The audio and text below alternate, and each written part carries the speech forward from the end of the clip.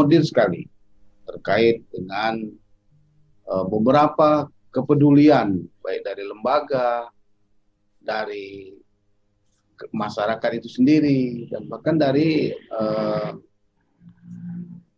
pemangku-pemangku kepentingan terkait ekonomi yang berkembang di desa. Nah, beberapa instrumen tentunya telah dilaksanakan dan dilakukan oleh pemerintah, antara lain tentunya setelah 2015, 2014 diundang-undangkannya tentang desa ini, nomor 6, tentu desa itu mempunyai hak untuk didampingi.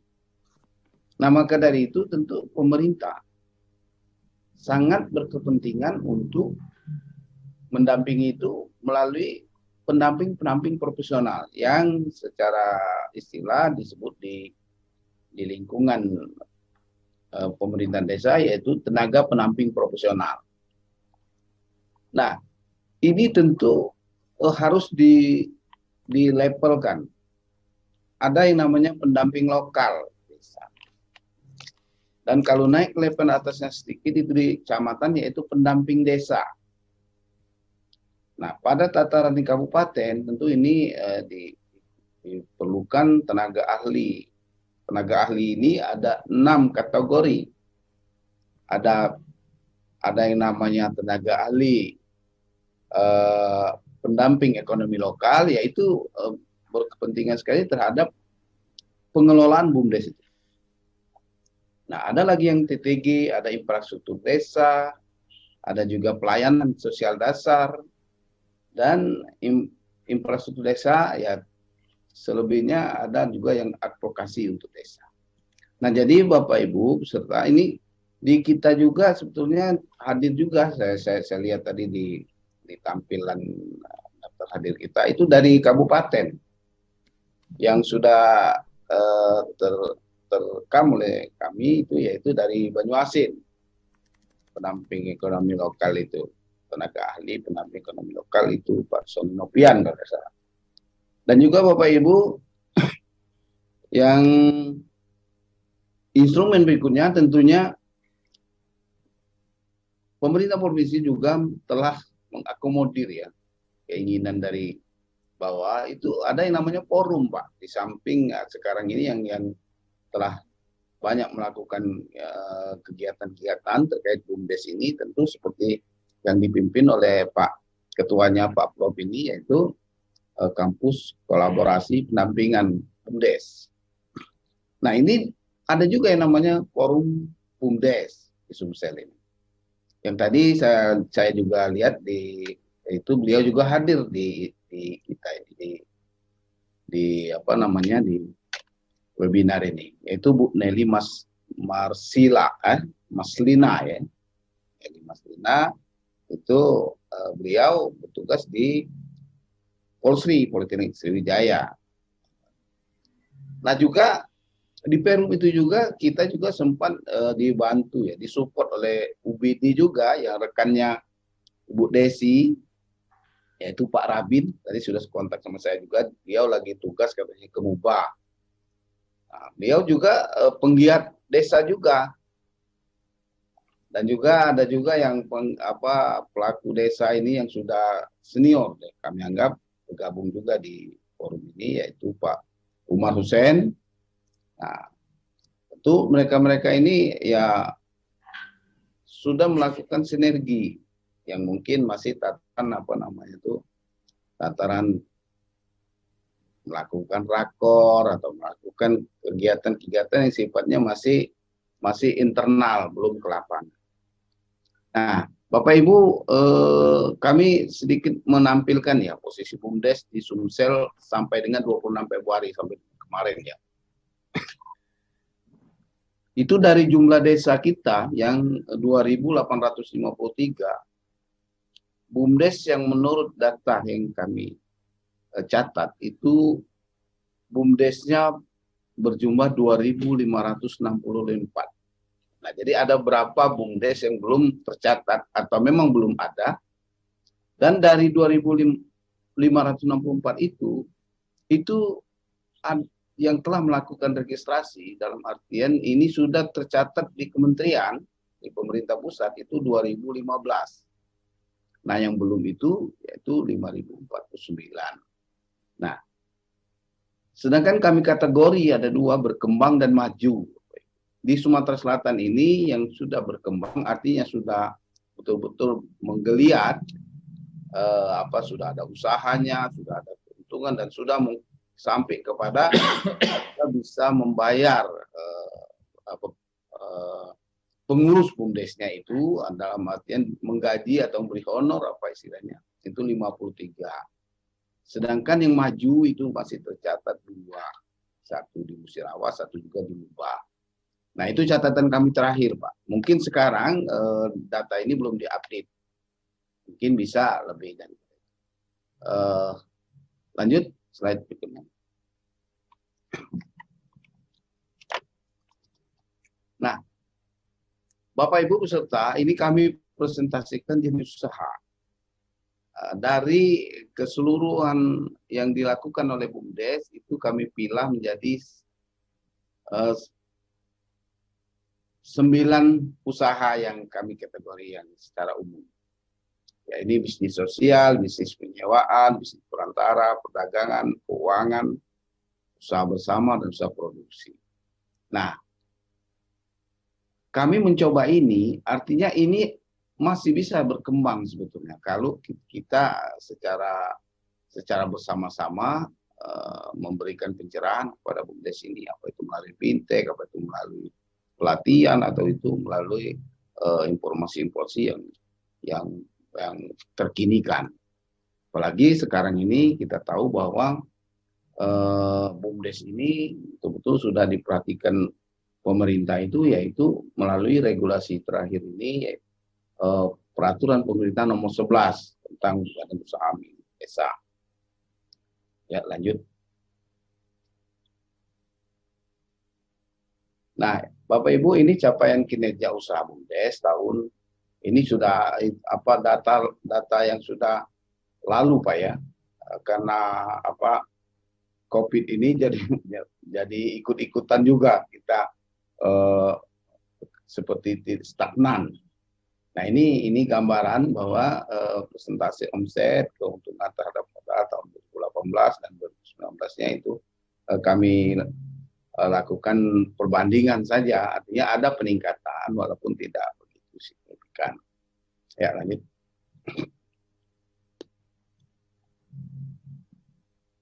Capaian kinerja usaha BUMDes, Bapak Ibu yang kami sampaikan. Pembagian hasil ya pengiriman usaha tahun 2018 itu kami bagi menjadi 4 bagian. Penambahan modal, PAD desa, tunjangan kerja atas presentasi, dan dana sosial. Nah, ini juga mungkin perlu penajaman itu, dan yang pasti ini Bapak Ibu datanya sudah data lama tampilkan.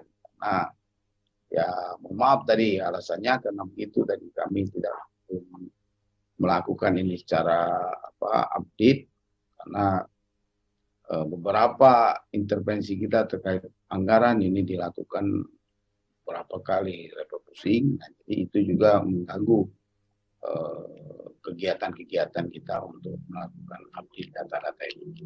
Ya, lanjut. Nah, Bapak Ibu, kami coba ya pembinaan Pemprov Sumatera Selatan, strateginya bagaimana, basis permasalahan yang dihadapi BUMDes. Nah, itu secara kelembagaan tentunya kami kelompokkan itu ada namanya regulasi dan peraturan lokal. Itu dari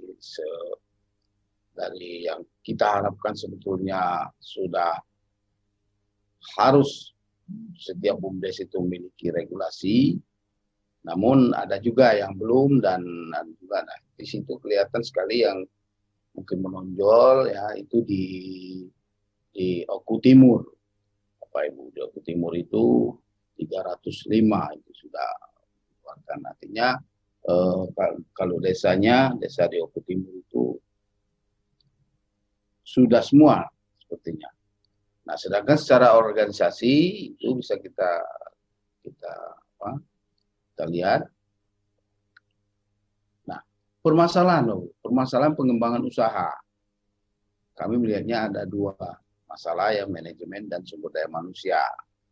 Nah, manajemennya bagaimana tata kelola keuangan BUMDes dan kegiatan operasionalnya bagaimana, dan kemampuan perencanaannya sampai dengan bagaimana mereka mengevaluasi dan akan keluar suatu pelaporan, ya, betul-betul bisa memberikan support agar mereka lebih meningkatkan aktivitasnya terkait dengan fungsinya sebagai badan usaha milik desa. Nah, sedangkan SDM, nah ini kami lihat dari ada dua komponen, yaitu karakteristik pendidikan dan kompetensi kepengurusan. Nah, saya teringat pada 3 bulan atau 4 bulan yang lalu itu ada seminar yang dilaksanakan oleh Sumatera Express. Salah satu pembicaranya itu Gubernur Sumatera Selatan. Nah, beliau karena temanya itu persaingan BUMDes di era terkini, kan. Kalau tidak salah begitulah kira-kira bagaimana kesiapan BUMDes. Nah, Pak Gubernur secara gamblang, Bapak Ibu, mengingatkan kepada kita bahwa BUMDes itu ada 3 hal yang perlu menjadi perhatian. Apa itu? Pertama, beliau sangat menyoroti soal regulasi. Nah, ini beliau pakai istilah regulasi ini apa itu? Dia harus merevitalisasi. Nah, ini sebetulnya catatan yang baik sekali bagi kita. Artinya BUMDes itu harus revitalisasi. Dia aturannya itu jangan mengekang, lebih dibuat ruang-ruang gerak yang sifatnya bisa melakukan inisiatif-inisiatif ke depan, ya, bagaimana bisa BUMDes ini ikut bersaing dengan lembaga-lembaga non-bank yang sifat mensejahterakan masyarakat. Nah, kedua, beliau melihat BUMDes ini memang sudah saatnya dikelola oleh orang-orang yang profesional. Artinya itu karakteristik pendidikan ini menjadi salah satu komponen, saya pikir. Apalagi Pak Prof tentu sudah paham betul ini bagaimana mengelola BUMDes ini yang baik itu bagaimana mengelolanya. Nah, jadi itu yang kedua yang diharapkan Pak Gubernur kita, harus memperhatikan sumber daya manusia. Artinya dikelola oleh orang atau person atau individu yang betul-betul profesional, baik secara pendidikan formalnya dan lain-lain sebagainya, yang bisa mendorong BUMDes itu betul-betul bisa bertahan di kondisi apapun. Nah, yang tidak kalah pentingnya, beliau menyampaikan bahwa ketiga, BUMDes harus sudah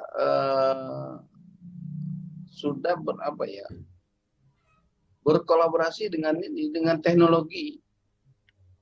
Nah, teknologi terkini kan. Jadi artinya tidak lagi seperti dulu ngelolanya itu secara manual. Nah, dia harus sudah menggunakan teknologi yang betul-betul bisa mendorong sehingga BUMDes itu bisa bersaing pada tataran yang setingkat, bahkan yang lebih dari BUMDes itu sendiri.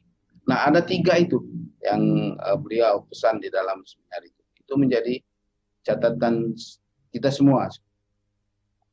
Nah, dan sumber daya manusia, kembali lagi kepada slide-nya. Kami juga melihatnya kompetensi kepengurusan. Nah, ini kompetensi kepengurusan ini sebetulnya ya subjek objektif juga. Karena namanya di desa itu ya, kita tidak bisa mungkiri yang namanya desa itu yang dominan pengaturan-pengaturan terkait dengan siapa dan di mana pengurus itu Kades pasti berkepentingan. Nah ini juga tentu harus kita betul-betul menyediakan buat instrumen atau aturan atau regulasi yang bisa membatasi jangan sampai terjadi hal-hal yang di luar kendali kita sebagai orang yang berkepentingan terhadap perkembangan atau kemajuan dari BUMDes ini. Nah, berikutnya tentunya dari baseline permasalahan BUMDes ini kami juga melihatnya kegiatan usaha ya, produksinya. Bagaimana standar kualitas produk yang ditetapkan dan metodologi apa yang dapat digunakan. Nah, jadi kami juga mencoba ini, tapi lagi-lagi kami kembali bahwa ini juga perlu penajaman terutama dari Bapak Ibu ya, dari kelompok ya, dari baik forum BUMDes maupun yang lebih penting lagi ini dari kelompoknya Pak Prof ini kolaborasi kampus kolaborasi pendampingan BUMDes ini. Slide.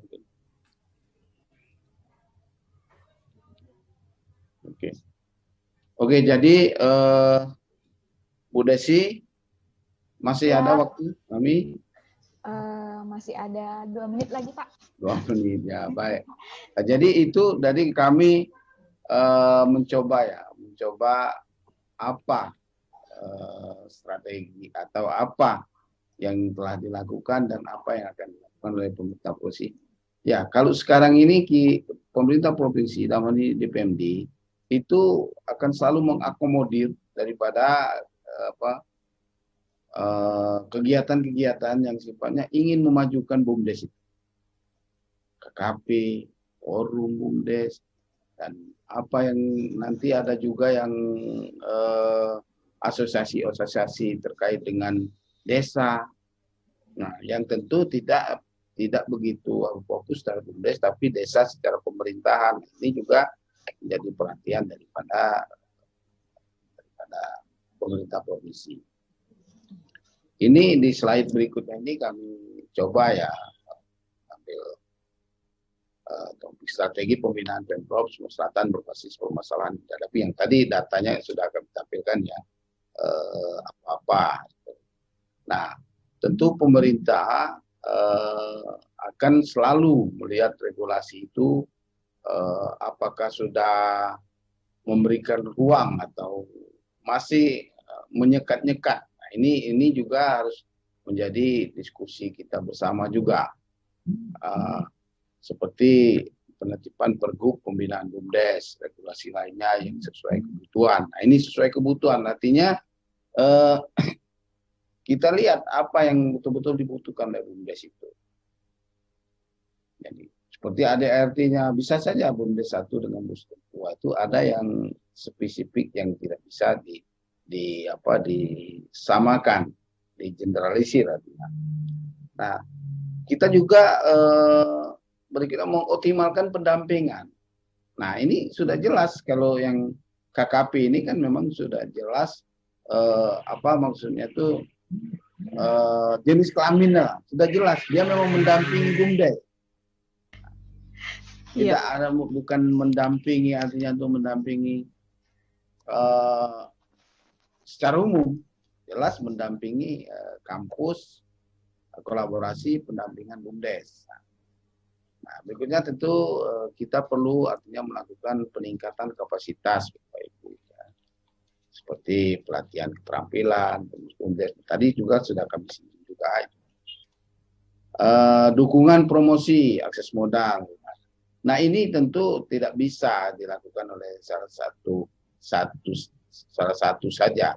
Ini harus betul-betul kalau yang namanya sudah dukungan promosi artinya sudah harus melihat pasar.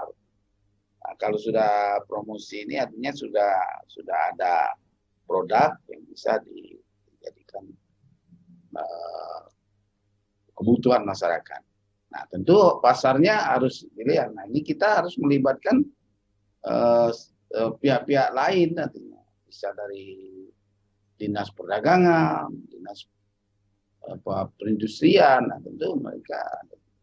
Nah, supervisi dan monem secara berkala. Nah, ini juga salah satu strategi pembinaan pemerintah provinsi kepada BUMDes. Jadi itu mungkin saya tidak begitu pandai ya menyimpulkan, namun inilah beberapa hal yang kami pikir yang bisa kami sampaikan sebagai posisi sebagai pemerintah Provinsi Sumatera Selatan dan dalam hal ini Dinas Pemberdayaan Masyarakat Desa Provinsi Sumatera Selatan. Saya pikir itu Bu Desi, mohon maaf kalau waktunya sudah lebih ya. Saya lihat tadi Bu Desi sudah tampil kayaknya sudah mau mengingatkan. Jadi itu yang dapat kami sampaikan. Lebih dan kurang pada peserta kami mohon maaf. Kami akhiri. Bila taufiq wal Wassalamualaikum warahmatullahi wabarakatuh. Waalaikumsalam warahmatullahi wabarakatuh. Terima kasih Bapak atas waktunya. Jadi kalau boleh saya sedikit memberikan simpulan dari apa yang disampaikan oleh Bapak Juhamsa tadi, bahwa sesungguhnya revitalisasi BUMDes itu sangat diperlukan dalam pengembangan pembangunan di desa. Kenapa? Karena desa adalah menjadi motor penggerak utama dalam pembangunan. Oleh karena itu, maka kita perlukan di sini adalah orang-orang yang profesional dan kompetensi, baik itu dalam kepengurusan maupun dalam kepemimpinan. Apalagi terkait dengan Undang-Undang Nomor 6 Tahun 2021 ini ya, yang terkait dengan BUMDes ini. Artinya untuk menjadikan sesuatu daerah itu menjadi maju, maka kita perlu sama-sama berkolaborasi. Apalagi saat ini kita sudah berkolaborasi dengan 1000 BUMDes yang dibawa oleh fadernya adalah Pak Rudi. Kemudian juga terkait dengan program Merdeka Belajar, Kampus Merdeka, yang nantinya akan berkolaborasi juga bersama Kedaireka. Nah, Bapak Ibu, untuk mempersingkat waktu, karena waktu terus berjalan, selanjutnya kami akan memberikan waktu kepada Bapak Mustaqim selaku Direktur Kepatuhan di Bank Sumsel Babel. Baik, kepada Bapak kami silahkan Pak. Oke, makasih Bu Desi. Sama-sama Pak. Atas kesempatannya. Mohon konfirmasi suara jelas ya? Jelas Pak. Jelas ya. Sangat jelas. Ini nanti kami share screen-nya dari petugas kami sendiri ya Bu, izin. Siap, nggak apa-apa Pak. Saya mulai saja. Bismillahirrahmanirrahim. Assalamualaikum warahmatullahi wabarakatuh. Waalaikumsalam warahmatullahi wabarakatuh. Yang kami hormati Bapak dari Dinas Dinas PMD Provinsi Sumatera Selatan, yang dalam kesempatan ini dihadiri oleh Bapak Juharmansyah. Selamat Pak, selamat siang. Yang kami hormati juga, jadi ada rektor yang mewakili Rektor Bina Dharma, Ibu Widya. Kemudian yang kami hormati Bapak Rudi Suyanto sebagai founder dari bumdes.id. Kemudian yang kami hormati Ketua KKP Profesor Johnny Emerson, Bapak-bapak, Ibu-ibu dosen, serta para mahasiswa peserta webinar pada pagi hari ini yang juga saya hormati. Pertama, kami mengucapkan terima kasih atas kesempatan yang baik ini kepada Ketua KKP terutama, karena menurut kami ini suatu kesempatan, suatu peluang justru bagi Bank Sumsel Babel untuk turut serta membangun masyarakat sesuai kapasitas kami. Seperti kita ketahui bahwa Bank Sumsel Babel ini merupakan bank milik pemerintah daerah. Kebetulan untuk saat ini dimiliki oleh 2 provinsi, Provinsi Sumatera Selatan dan Kepulauan Bangka Belitung, beserta seluruh kabupaten dan kota yang ada di 2 provinsi tersebut. Sesuai mutu kami bahwa Bank Sumsel Babel ini merupakan mitra Anda membangun daerah, artinya sangat relevan ya. bahwa Bank Sumsel tadi. Suaranya putus-putus ya.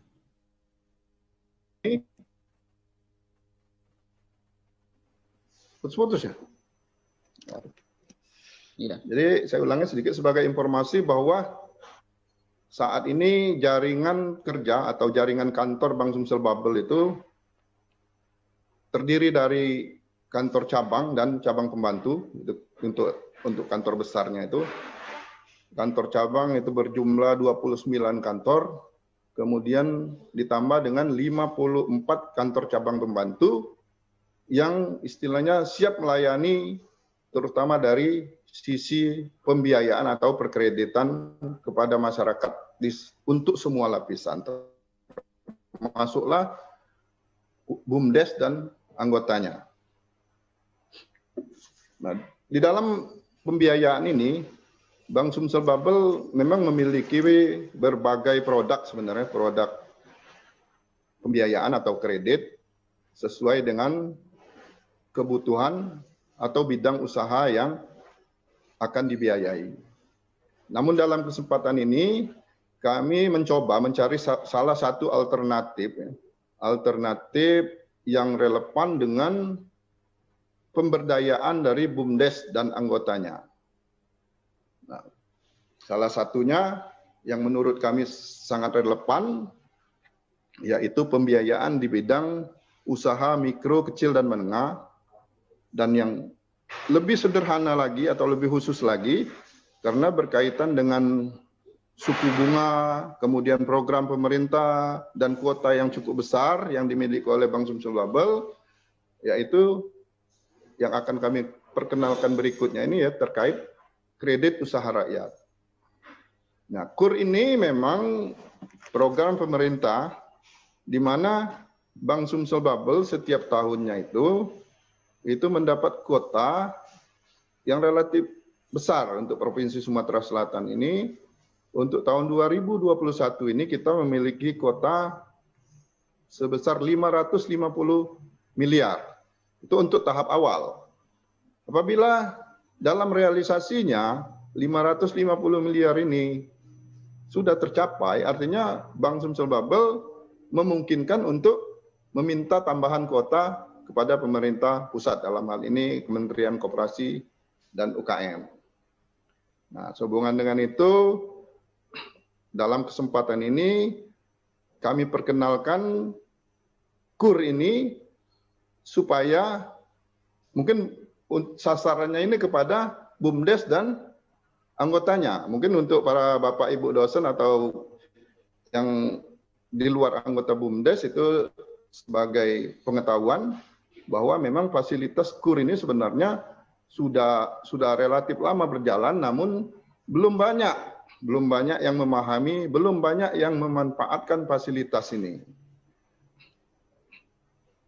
Nah, sekedar informasi bahwa memang tujuan dari KUR ini ya meningkatkan akses kredit bagi pelaku usaha mikro, kecil, dan menengah. Memang fokusnya UMKM dalam rangka mengentaskan kemiskinan dan perluasan kesempatan kerja.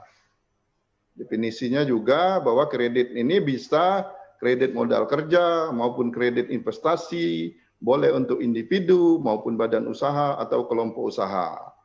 Nah, ini ada beberapa kriteria yang tidak memerlukan jaminan, tidak perlu agunan maksudnya.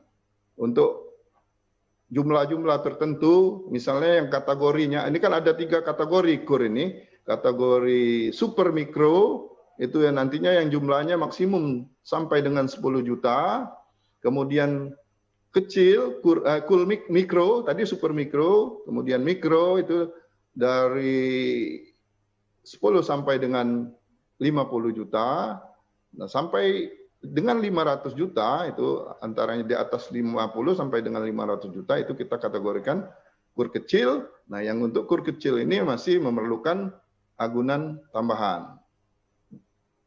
Lanjut.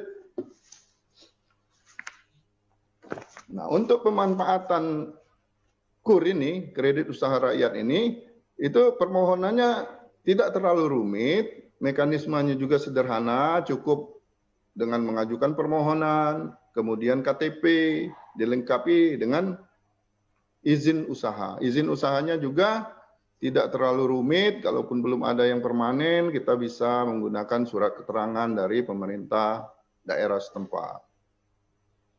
Dan penilaiannya, katakanlah di sini disebut perlu informasi keuangan, profil usaha, dan segala macamnya. Itu sebenarnya petugas bank itu akan membantu istilahnya menghubungi misalnya para pemohon, dalam hal ini mungkin anggota BUMDes atau BUMDes itu sendiri, itu akan dipandu kira-kira bagaimana laporan keuangannya melalui mekanisme yang sederhana dengan wawancara, nanti petugas atau account officer dari Bank Sumsel Bubble itu akan menyusun sesuai dengan hasil wawancara tersebut.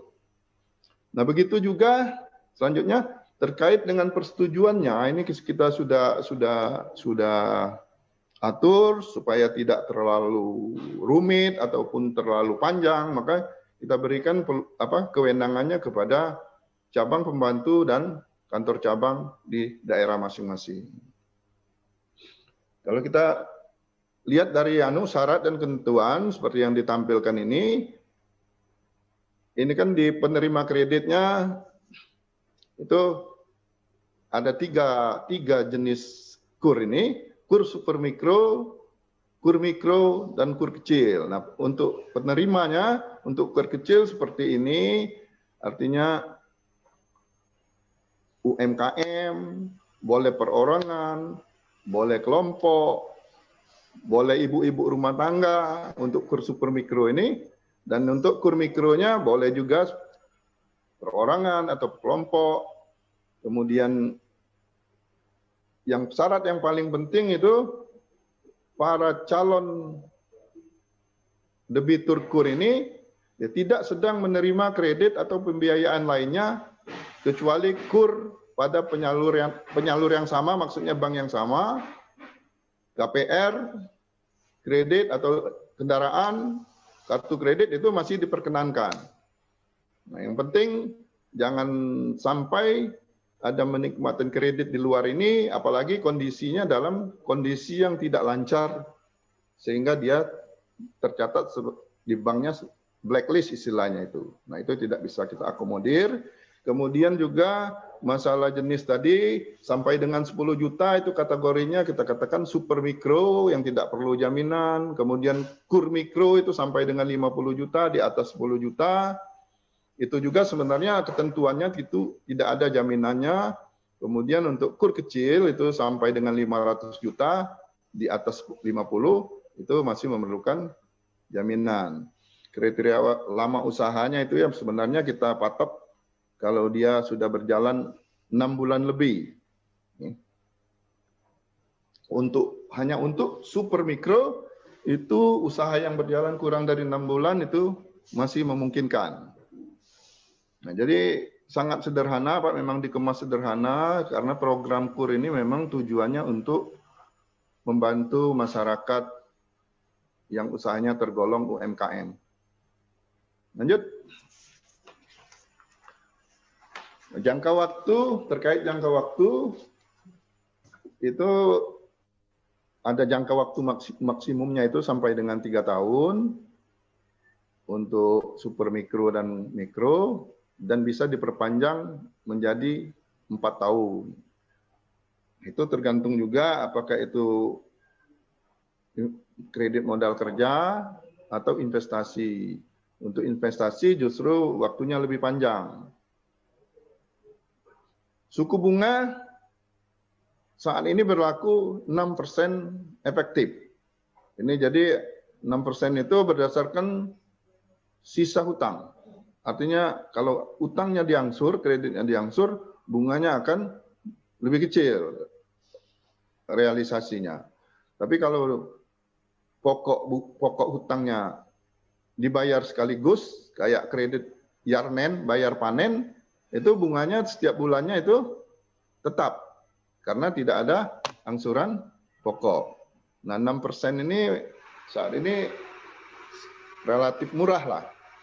Nanti bisa digambarkan atau kita lihat simulasinya seperti apa, bahwa dalam 1 tahun itu bunganya itu berapa besar itu bisa diangsur, bisa sekaligus tergantung jenis usaha yang kita biayai. Lanjut.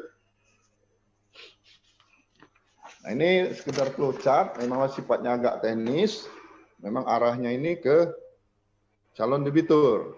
Namun ini kita sampaikan bagi bapak-bapak atau ibu sebagai pendamping supaya dapat memberikan gambaran secara umum kepada BUMDes ataupun anggota BUMDes yang memang mengalami kendala dari sisi permodalan seperti yang disampaikan oleh tadi Dinas PMD tadi, bahwa salah satu kendala memang akses modal ini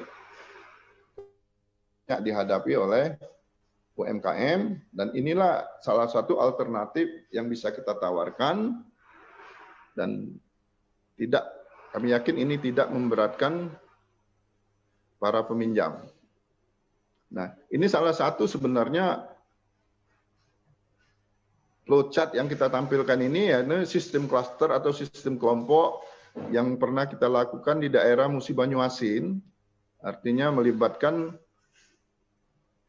BUMDes, bank, kemudian ada kelompok taninya yang dapat pinjaman, kemudian ada juga supermarket atau off-takernya itu ya penampung dari hasil usaha yang kita biayai, dan pembayaran atau pengembalian kurnya itu melalui off-taker langsung ke bank. Nah, nanti ini sekedar gambaran umum saja. Detailnya itu bisa pihak BUMDes atau anggota BUMDes itu menghubungi bank kami yang tersebar di seluruh wilayah kabupaten kota di Sumatera Selatan ini. Mereka sudah istilahnya kita berikan pembekalan mengenai tujuan dari KUR ini, memang fokusnya kepada masyarakat UMKM. Lanjut.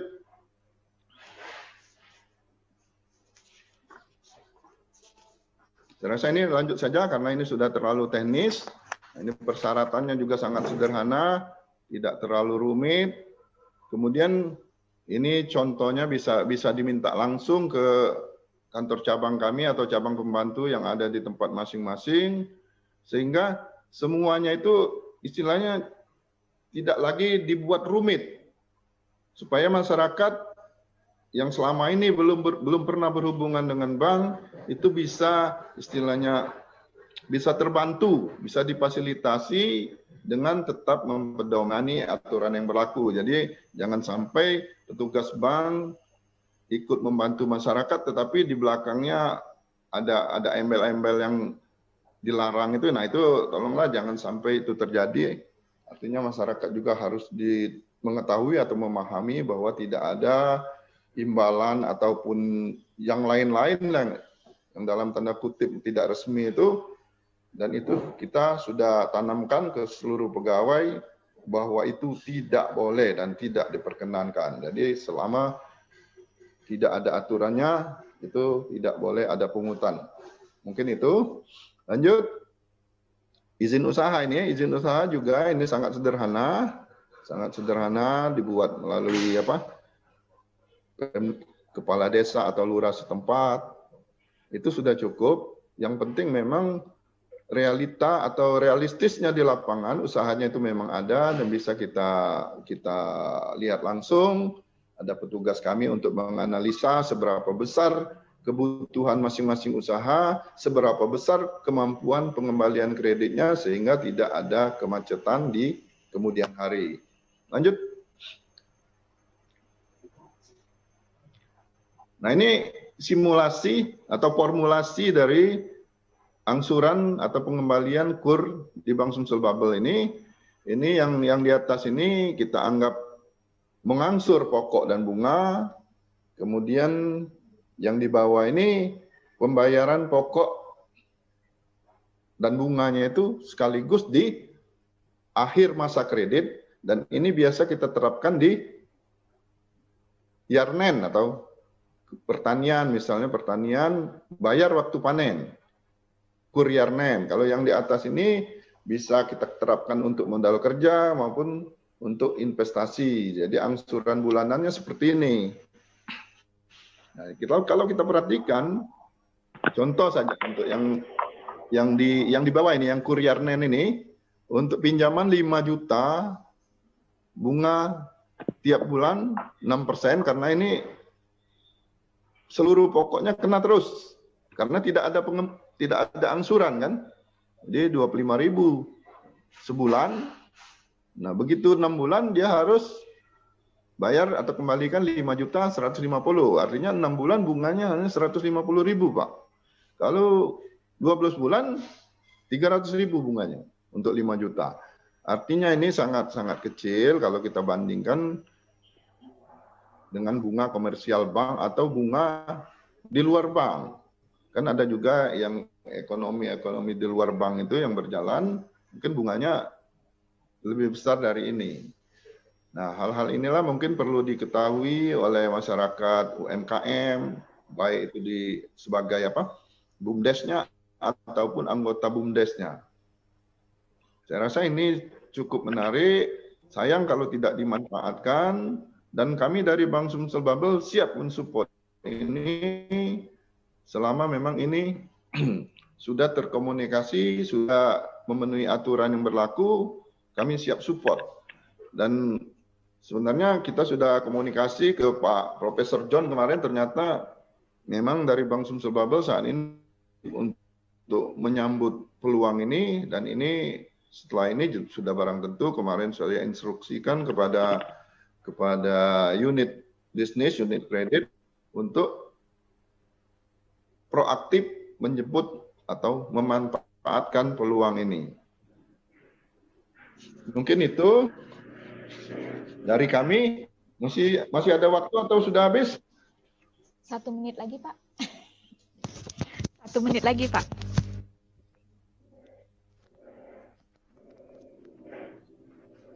Halo, Pak.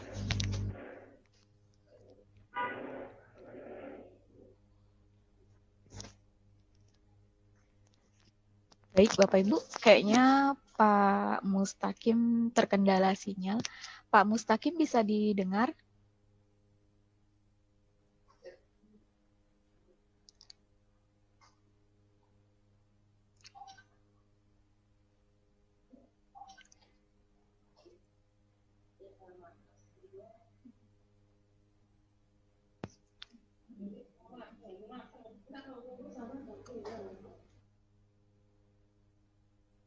Putus ya ini, Bu Desi ya, Pak Mustaqim. Iya, kayaknya dari Pak Mustaqimnya, Pak, yang putus. Kita tunggu 1 menit lagi, Bapak Ibu.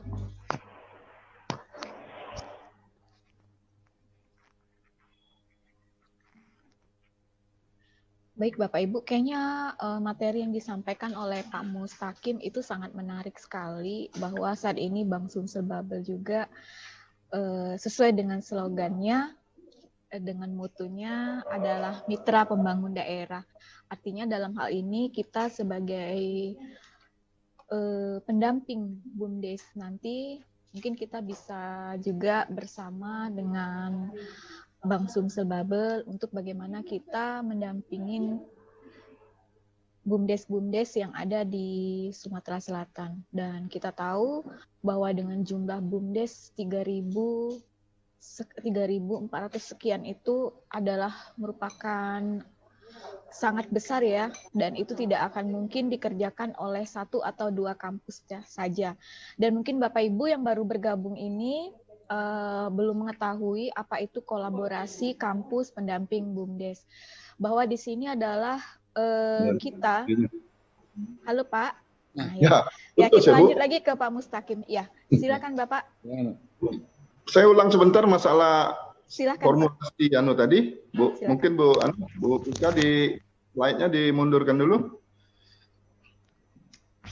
Nah, ini saya tadi menjelaskan ini, Bu ya. Iya. Bahwa memang kalau kita lihat kan dua jenis atau pola angsuran maupun pola pelunasan sekaligus, atau kita sebut Kuryarnen, ini bayar waktu panen. Kalau kita lihat untuk Kuryarnen ini yang yang gampang mencerna ininya apa? Suku bunganya 6% itu untuk pinjaman katakan 5 juta, bunga setiap bulannya 25.000. Kalau pinjamannya 6 bulan, artinya bayarnya sekaligus 5.150.000. Kalau dia 12 bulan, dari 5 juta ini bunganya ada 300.000. Karena di sini tidak ada pengurangan atau angsuran pokok ya. Jadi bayarnya sekaligus. Kalau yang ada angsuran pokok, ini dia bentuk angsurannya yang sebelah atas. Baik itu modal kerja maupun investasi. Jadi menurut saya KUR ini tolong bagi kawan-kawan kami yang di kantor cabang ini agar proaktif memasarkan produk ini karena sangat membantu bagi UMKM khususnya masyarakat di desa maupun kelurahan yang memiliki usaha UMKM, baik yang tergabung dalam BUMDes maupun sebenarnya yang di luar BUMDes pun bisa memanfaatkan fasilitas ini. Mungkin itu saja Bu sementara dari kami. Silakan kalau ada diskusi nantinya kami siap bantu selama memang sesuai koridor kami. Terakhir mungkin ada juga yang bertanya-tanya kok kenapa Direktur Kepatuhan ini yang memakai. Mungkin ada yang menanya itu. Kebetulan saya ini Direktur Kepatuhannya baru berjalan 1 tahun Pak Prof. John. Yeah. Sebenarnya selama ini saya ini orang bisnis 28 tahun itu memang berada di cabang. Bisnis cabang makanya sehingga untuk memaparkan bisnis ini masih punya punya ingatan atau pengalaman yang menurut saya bisa sharing kepada forum ini. Mungkin itu, terima kasih. Wassalamualaikum warahmatullahi wabarakatuh. Waalaikumsalam warahmatullahi wabarakatuh. Suatu materi yang sangat menarik sekali yang disampaikan oleh Pak Mustaqim selaku Direktur Kepatuhan Bank Sumsel Babel. Nah, mungkin tadi sesuai saya hanya mengulang apa yang ditanyakan sama Pak Mustaqim. Kenapa yang menyampaikannya saat ini menjadi pematerinya Pak Mustaqim? Yaitu tadi karena mungkin salah satu materi kita saat ini yang terkait dengan strategi bagaimana membangun kesejahteraan di desa yang terkait dengan alternatif pendukung kegiatan perekonomian BUM desa, makanya kami minta kepada Pak Mustaqim untuk menyampaikan materi ini. Baik, Bapak Ibu, kita akan menginjak pada sesi pemateri yang ketiga, yaitu Pak Rudi Suryanto, SE MAAC AKCA. Bapak Ibu, seperti yang kita ketahui bahwa beliau adalah salah satu founding father dari BUMDes ID. Saya kira Bapak Ibu di sini semua sudah kenal, sudah tahu dengan Pak Rudi gitu ya.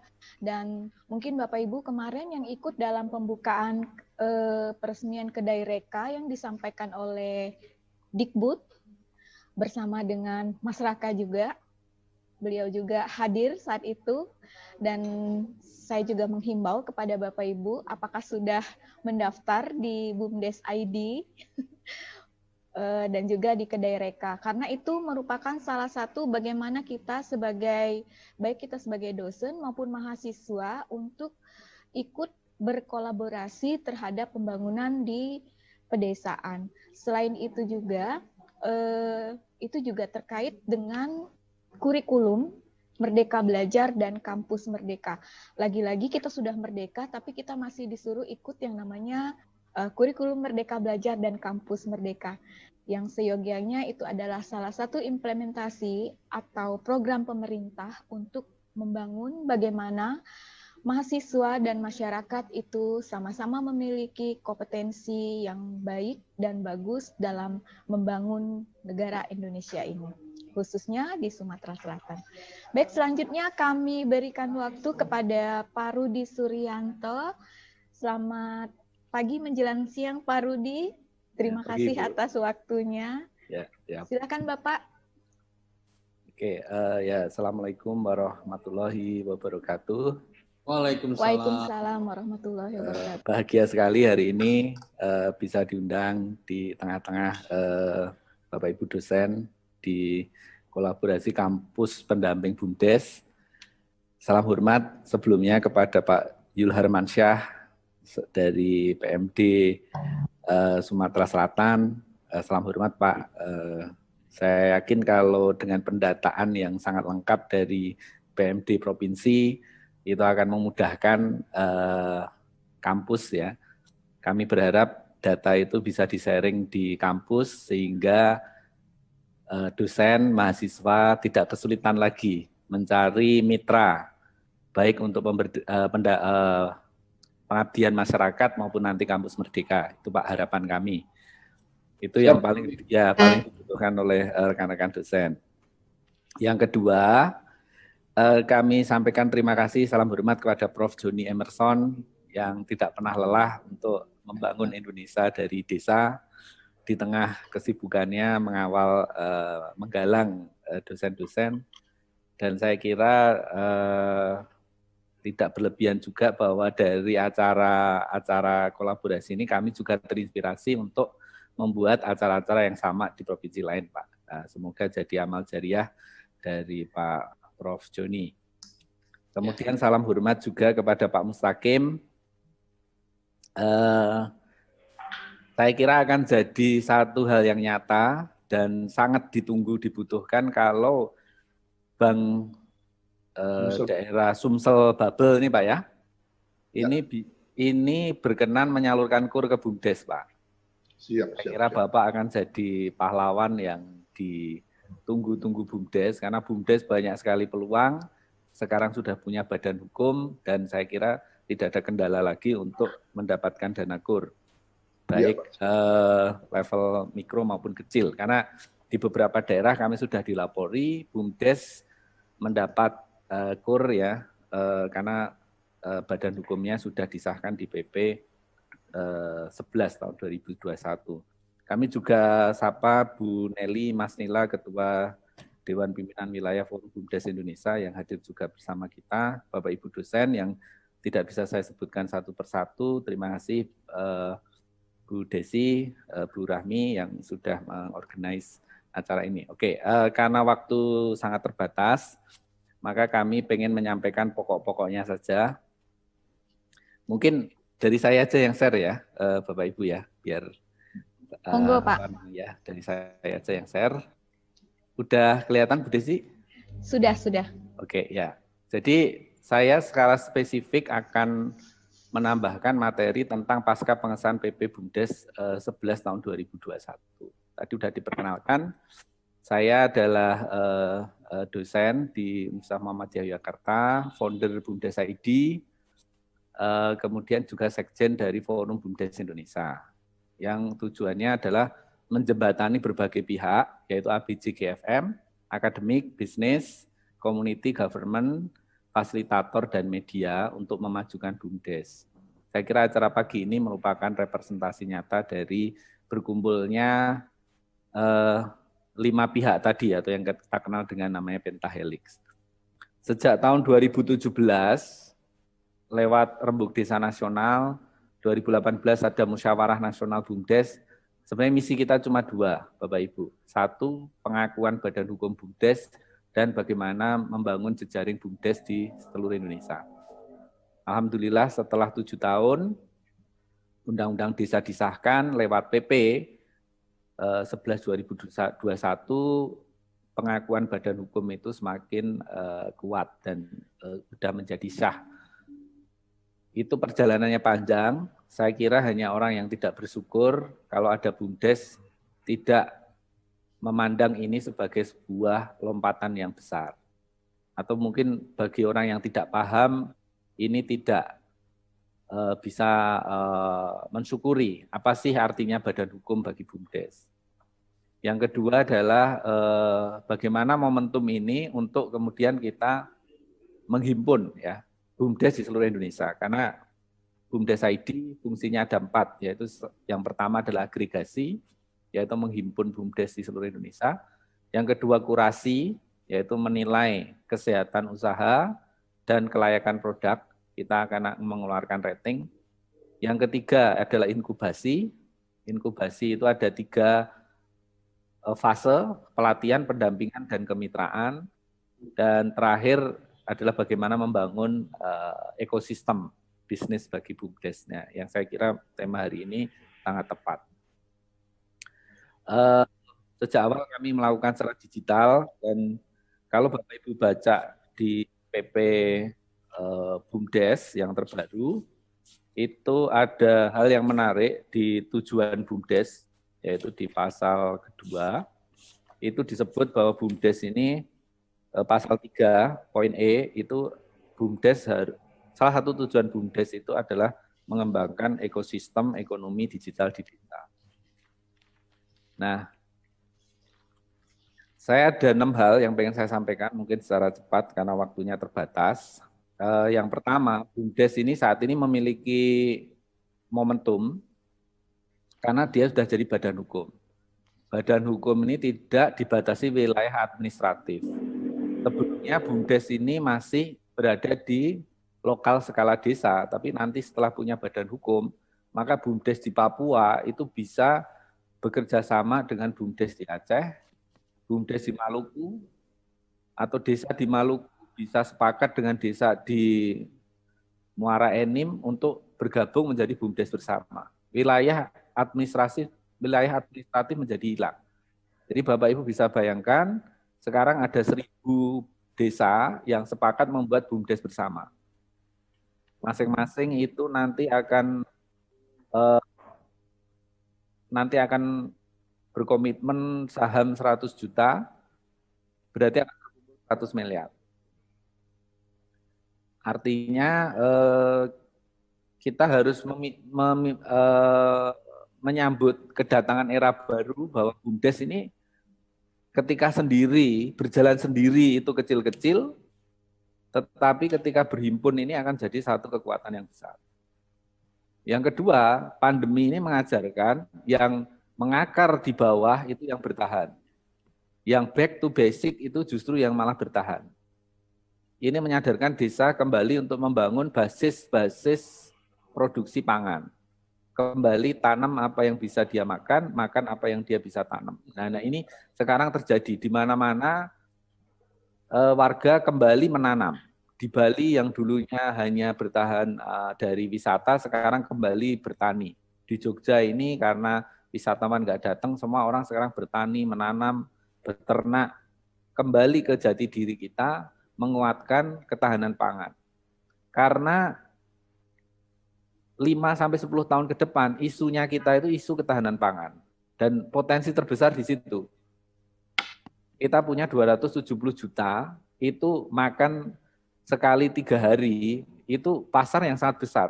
Kenapa kita jauh-jauh harus mikirin ekspor, jauh-jauh mikirin hal yang bahasanya yang canggih-canggih, tetapi sebenarnya pasar di depan mata nggak kelihatan.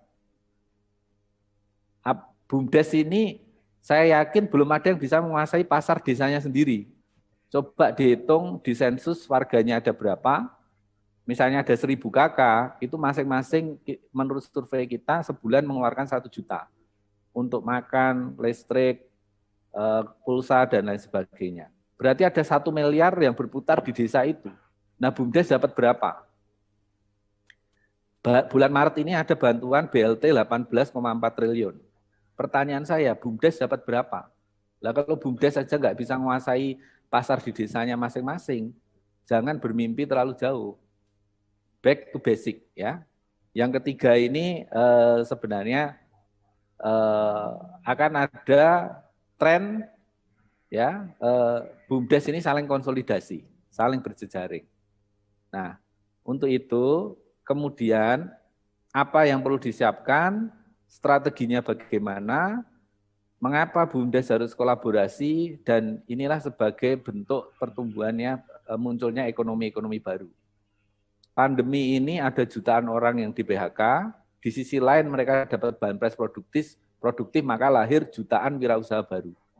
Hampir, saya baca data kemarin, hampir muncul 4 juta wirausaha baru yang masuk di internet. Nah, artinya apa? Bapak Ibu posisi di desa maupun di kota ini tidak ada perbedaan. Nah, baru beberapa hari yang lalu PP nomor 11 tahun 2021 ini disahkan. Ya. Nah, PP ini apa sih? Ada 5 hal yang sangat mendasar. Satu adalah pengakuan badan hukum. tetapi ini baru bersifat substantif. Administratifnya nanti diakui ketika BUMDes dapat sertifikat. Untuk dapat sertifikat itu harus ada perubahan-perubahan. Inilah yang saya di slide berikutnya akan saya jelaskan. Artinya ada tugas besar yang menanti kita semua, Bapak Ibu. Satu, BUMDes ini harus ganti nama. Semua BUMDes sekarang harus diawali namanya BUM Desa. Yang sebelumnya ini ada kelonggaran untuk namanya boleh BUMNAK, BUMKAM, BUMG, dan lain sebagainya. Kalau Bapak Ibu mau dapat badan hukum, namanya harus BUM, huruf besar semua, spasi desa. Kemudian nama BUMDes silahkan mau anugerah, lestari, maju, berkembang bersama, dan lain sebagainya. Kemudian harus diakhiri nama desa. Kemudian perubahan nama ini harus didaftarkan dulu di Kemendes, Kemenkumham, untuk mendapatkan persetujuan bahwa nama ini belum dipakai, nama ini diperbolehkan. Begitu nama ada dari konfirmasi dari sistem itu, maka ini kemudian dilanjut harus disahkan di Perdes. Nah, sekalian dengan proses itu, seluruh ADART BUMDes itu harus diganti. Karena tata kelola menurut PP 11/2001 ini beda dengan peraturan sebelumnya. Salah satunya yang mendasar itu adalah organ BUMDes sekarang jadi 4, yaitu Musdes sebagai pengambil kekuasaan tertinggi, pengawas, penasehat, dan pelaksana operasional. Artinya apa? Di PP ini sudah menegaskan ada 2 wajah BUMDes, yaitu satu dia bersifat kekeluargaan dan gotong royong, itu tandanya setiap keputusan penting harus lewat Musdes. Nah, itu harus diatur disesuaikan di ADART, termasuk sekarang memilih pengurus inti itu harus lewat Musdes. Jadi tidak bisa kepala desa sewenang-wenang mengganti direktur BUMDes karena dia harus menghadapi Musdes dulu. Nah, yang kedua adalah ada wajah profesional. Nah, ini 2 wajah ini yang membuat ciri khusus tata kelola BUMDes. Mungkin pada kesempatan lain kita bisa membahas itu. Tata kelola BUMDes berkelanjutan sesuai PP 11 tahun 2021, ini ada beberapa hal, poin penting yang beda dengan sebelumnya. Nah, perubahan itu, sekarang pertanyaannya bagaimana 51.149 BUMDes yang sudah berdiri, merubah secara serentak 4 hal di atas. Siapa yang mau mendampingi, bagaimana cara kita melakukan. Tadi di Sumsel ini aja ada 2015. Nah, kita tidak usah jauh-jauh. 2015 ini ngubah ADART caranya bagaimana? Coba tunjukkan ke saya, se-Indonesia ini mana BUMDes yang bisa menyusun ADART sesuai dengan PP 11 tahun 2021. Mari kita contoh bersama, gitu kan. Kami sudah 2 bulan ini menyusun draft ini. 8 kali pertemuan di salah satu desa yang kita jadikan pilot project. Tidak mudah Bapak Ibu, ya, tidak mudah Bapak Ibu. Tetapi ini bukan hal yang mustahil. Jadi ketika itu jadi, kami berkomitmen semua BUMDes yang ikut kolaborasi BUMDes kampus dan industri, yang ikut 1000 BUMDes yang scale up, itu akan kita share. Ini termasuk hal yang kita tambahkan karena scale up bisnis ini harus berdasarkan kelembagaan yang kuat. Ini yang pertama. Nah, jadi seperti apa skema kolaborasi BUMDes industri kampus itu? Nah, ini ada 2 pihak di sini, yaitu ada BUMDes dan ada di sini mitra. Mitra yang pertama kampus. Jadi kita menemukan BUMDes dengan kampus. Kenapa? Karena tadi masalah BUMDes masih berkutat kepada masalah kelembagaan, masalah SDM, masalah studi kelayakan, masalah-masalah yang basic. Kalau dia belum menyelesaikan yang masalah yang basic, kita temukan ke industri, ini hanya akan menimbulkan kekecewaan di kedua belah pihak. Inilah perannya kampus. Ini ada gap yang besar. Tadi misalnya, Bank Sumsel sudah berniat baik membuat menyalurkan KUR 155 miliar. Pertanyaan saya, berapa yang akan keserap ke BUMDes? Mesti di lapangan akan ada banyak sekali kendala. Karena BUMDesnya ini nggak punya laporan keuangan, BUMDesnya ini nggak punya produk. Nah, spesifik itulah gap yang harus dijembatani oleh kampus, oleh dosen dan mahasiswa. Sehingga saya kira KKP ini harusnya jadi terdepan di program yang sedang kita gagas.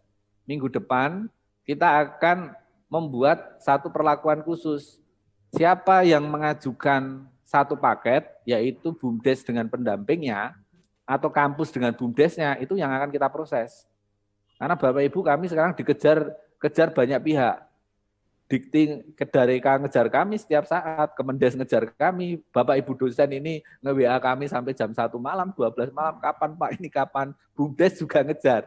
Nah akhirnya oke lah, sekarang kita simpelkan, prinsipnya ini kan matching, prinsipnya berpasangan. Nah silahkan, ini ada 20 kampus di BUMDes Sumsel, Pak Zulharmansyah tadi udah punya data, kalau minggu depan kami dikasih 100 BUMDes yang diusulkan PMD Provinsi, yang kiranya layak untuk di scale up, udah dikasih kolomnya itu nama-nama dosen dan mahasiswa, ini yang akan kita proses. Ini supaya untuk memudahkan semua pihak, kita itu pengen semakin banyak BUMDes yang didampingi, semakin ini. Karena pendanaannya ini sudah ada Bapak Ibu, dari Dikti sudah ada, per BUMDes, per desa memang tidak banyak, sekitar 25-30. Tetapi kalau 25-30 itu nanti keluarnya sebagai studi kelayakan, maka dia bisa masuk ke Bank Sumsel, bisa masuk ke berbagai mitra ini. Ya. Nah kemudian tadi saya sepakat dengan Sumsel tadi, bahwa kita harus ada klasterisasi. Klasterisasi bukan berdasarkan wilayah, tetapi berdasarkan jenis bisnis. Ini tadi. Jadi Bapak Ibu lihat semangatnya PP 11 BUMDes ini, satu, menghilangkan wilayah administratif. Jadi ini adalah fakta baru Bapak Ibu yang saya yakin bagi kabupaten apa ini kadang sulit menerima. Tapi ini kenyataan Bapak Ibu. Kita sekarang hidup di zaman digital. Zaman digital itu wilayah administratif nggak ada. Jadi kalau BUMDes di Merauke jualan koteka, ada dari Sumsel ini mau beli, boleh. Ada mau jadi reseller, boleh. Kan kayak gitu bahasanya. Tidak ada wilayah administratif. Kalau dari Sumsel ini Pagar Alam ini ada yang jual kopi yang enak, dari Bantul ini mau jadi reseller, boleh. Kerjasama bisnis to bisnis. Maka kita harus mengumpulkan BUMDes, bukan hanya dari wilayah lokasi, tetapi dari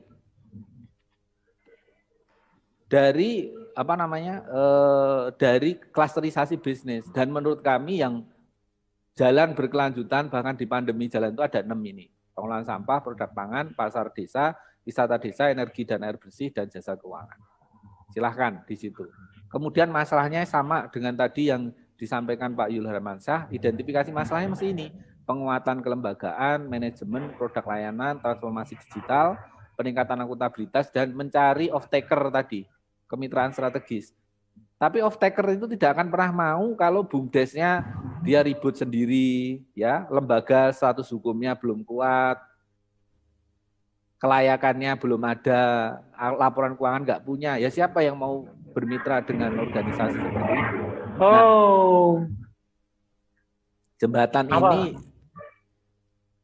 jembatan inilah yang coba kita inikan dari BUMDes. Mohon panitia bisa di-unmute yang lain.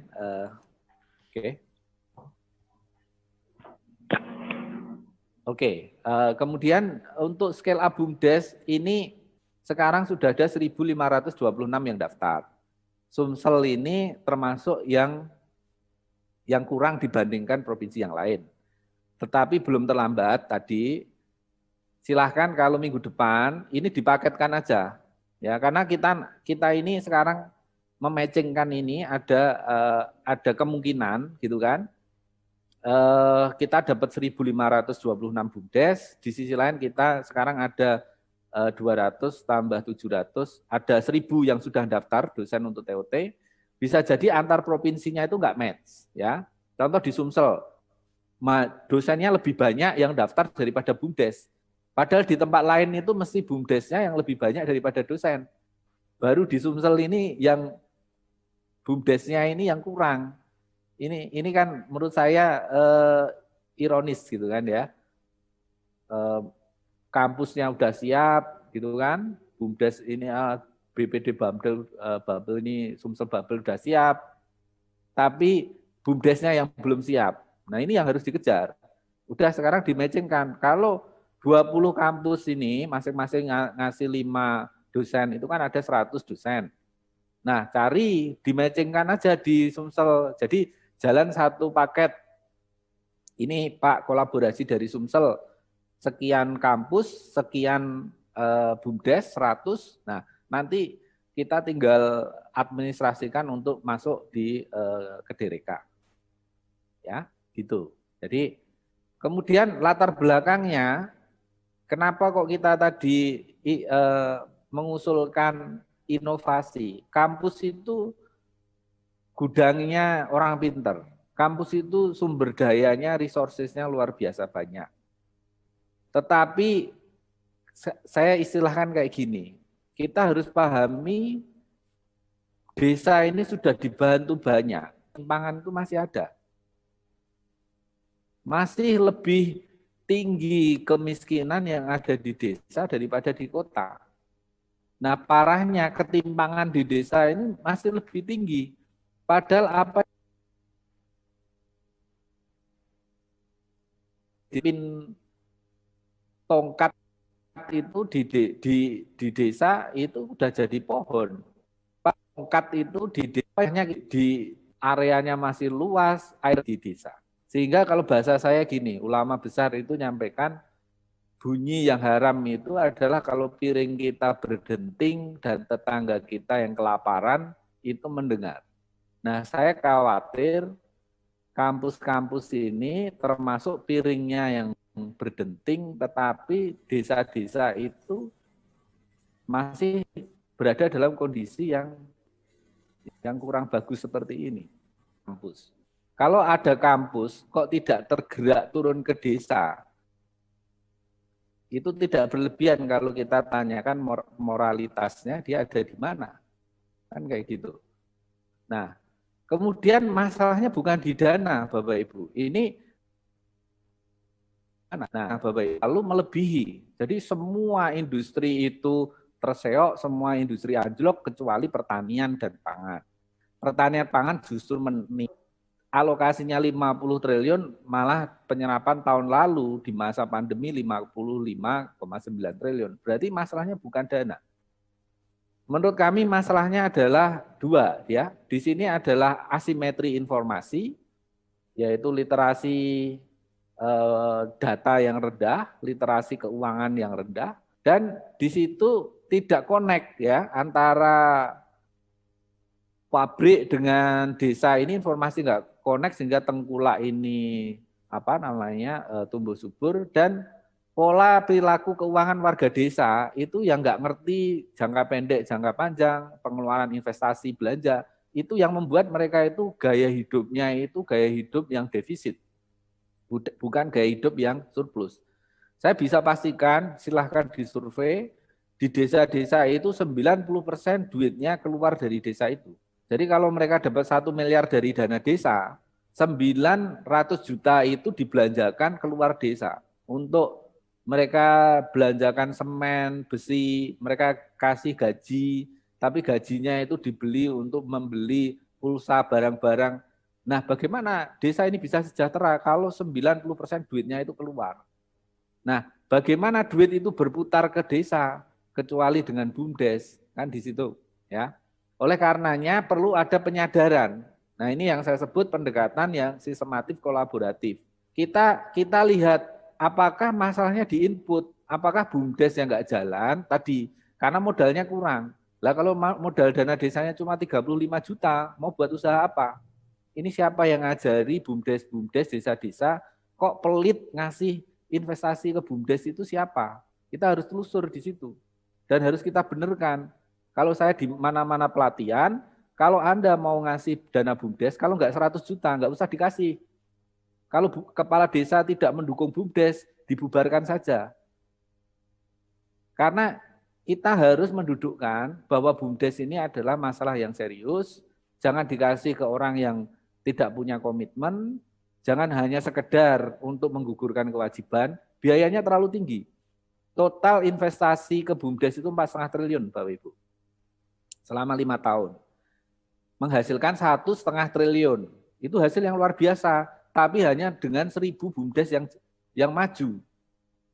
51.000 itu hanya 10.000 yang jalan, yang berkembang, tumbuh dengan baik. Nah, sejak dari awal sudah ketahuan, BUMDes yang nggak membuat studi kelayakan, yang nggak ngerti filosofinya, investasinya atau penyertaan di bawah 100 juta mesti mangkrak. Nah, ini yang harus dibetulkan. Saya harap ini semoga tidak terjadi di Sumsel tadi 2015 tadi. Kalau ada masalah ini, ya harus diulangi lagi. Lah kalau BUMDesnya udah nggak jalan karena awalnya salah, kalau dibiarkan ya mereka mati semua. Kerugiannya kita lebih besar. Maka harus diulangi. Nah, kemudian SDM, di mana-mana SDM ini ada masalah. Tapi sekarang kita punya mahasiswa Bapak Ibu. Mahasiswa mayoritas belajar dari rumah, belajar secara online. Mereka tinggal di desa-desa. Kenapa itu tidak kita jalankan sebagai magang kerja? Sebenarnya di balik ke DRK, itu nanti kita akan ada 3.000 mahasiswa yang magang kerja di BUMDes. Di balik 100 dosen yang melakukan pengabdian ke BUMDes, ada 300 mahasiswa yang tinggal bekerja atau berinteraksi dengan BUMDes. Sehingga tidak ada lagi harapan saya itu mahasiswa yang abai, tidak peduli dengan kondisi bangsanya, atau paling sedikit kecil kondisi desanya dia sendiri. Karena terlalu banyak main game, terlalu banyak main TikTok, dia nggak lihat realita di sekitar dia, bahwa masih banyak petani yang belum sejahtera, masih banyak masyarakat yang kurang. Nah, kita cek di sini. Kemudian kalau input ini nggak ada masalah, berarti diproses.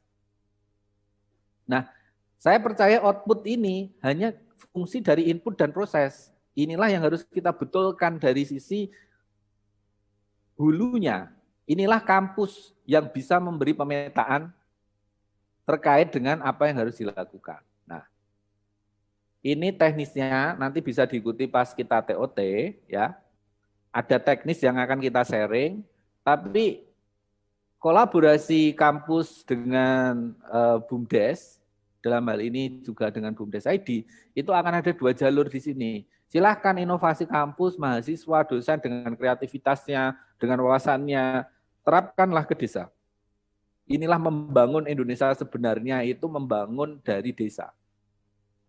Tidak usah bermimpi kita bisa melakukan hal yang besar kalau hal yang kecil-kecil ini tidak bisa diatasi. Kita mulai menyelesaikan masalah yang di level paling kecil, yaitu di desa. Itu sangat mungkin kampus bisa menyelesaikan. Anda nggak bisa sekarang demo keluar-keluar menyelesaikan masalah di Jakarta. Orang Jakarta jauh udah pusing. Mending menyelesaikan masalah di desa masing-masing. Nah, kita sudah bekali dengan TOT, dengan aplikasi, gitu kan, dengan teknologi, gitu kan, dengan pemetaan. Harapannya nanti di Sumsel ada pemetaan kayak gini. Ini per RW bisa kita lihat ada toko tradisional berapa, pertaniannya masih ada di mana, produksinya berapa. Ini secara online, secara digital. Sehingga ketika kita ngomong kelayakan, itu berdasarkan data-data yang memang valid. Nah, kemudian scale up ini kita harus memilih produk unggulan, Bapak Ibu. Kita tidak bisa semuanya mau kita tangani. Pilih satu desa, satu produk unggulan. Kalau desa itu nggak punya produk unggulan, maka kita luaskan wilayah. 10 desa itu kita dorong untuk satu produk unggulan. Produk unggulan tidak harus berupa barang, bisa berupa wisata, air bersih, dan lain sebagainya. Nah, inilah yang kampus yang harapan kami menemukan, menggali dan menemukan.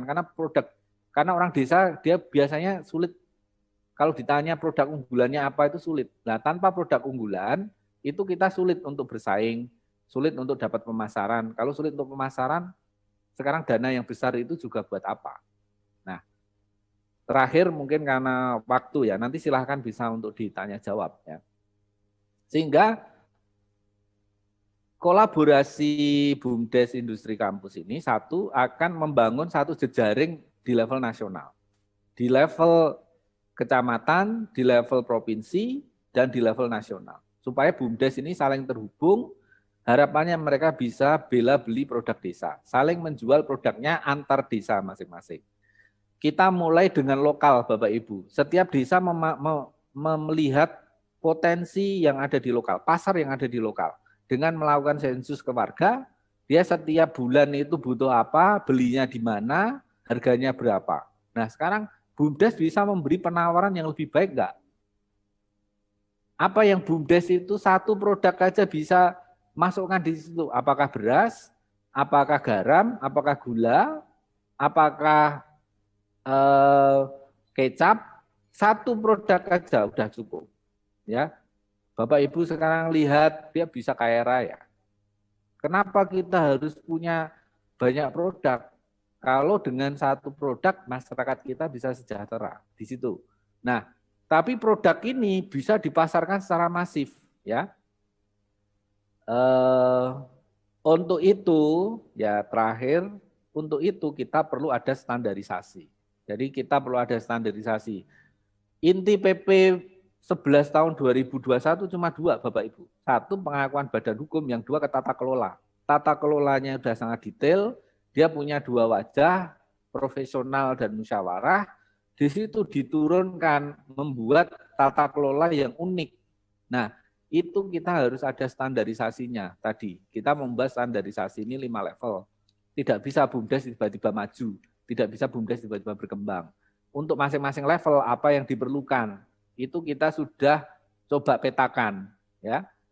Jadi input, proses maupun outputnya, standarisasi keuangan, standarisasi digitalisasi, kita sudah susun kurikulumnya. Nah, inilah yang bayangkan kalau 1000 BUMDes ini punya produk yang terstandarisasi, punya laporan keuangan yang terstandarisasi, punya SOP yang terstandarisasi. Ini raksasa baru yang akan lahir, Bapak Ibu, dan itu keyakinanlah untuk membangun Indonesia dari desa, karena desa adalah masa depan Indonesia.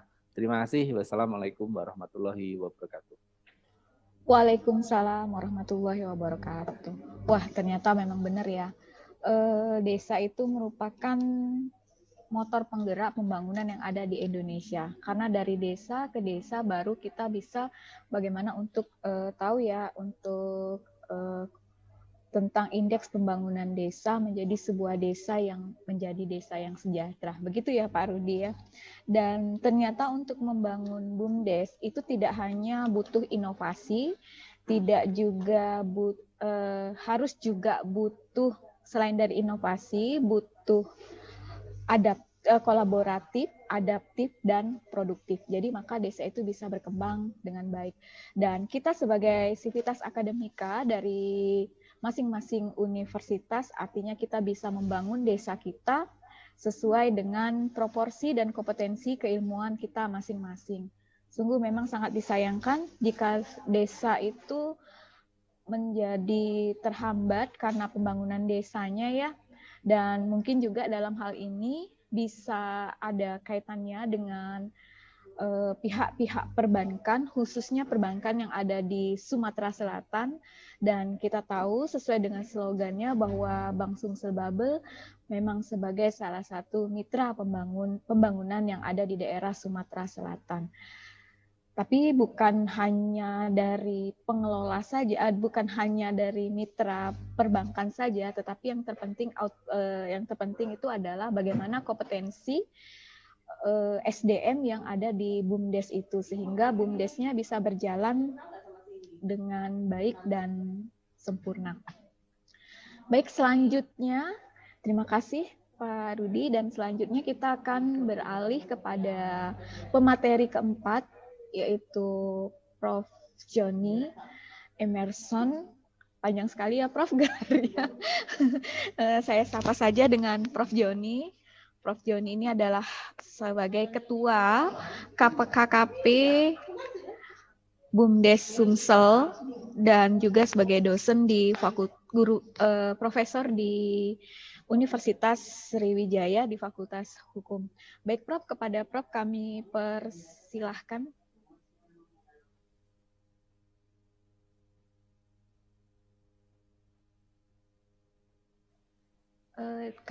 Desi share Prof. Prof suaranya.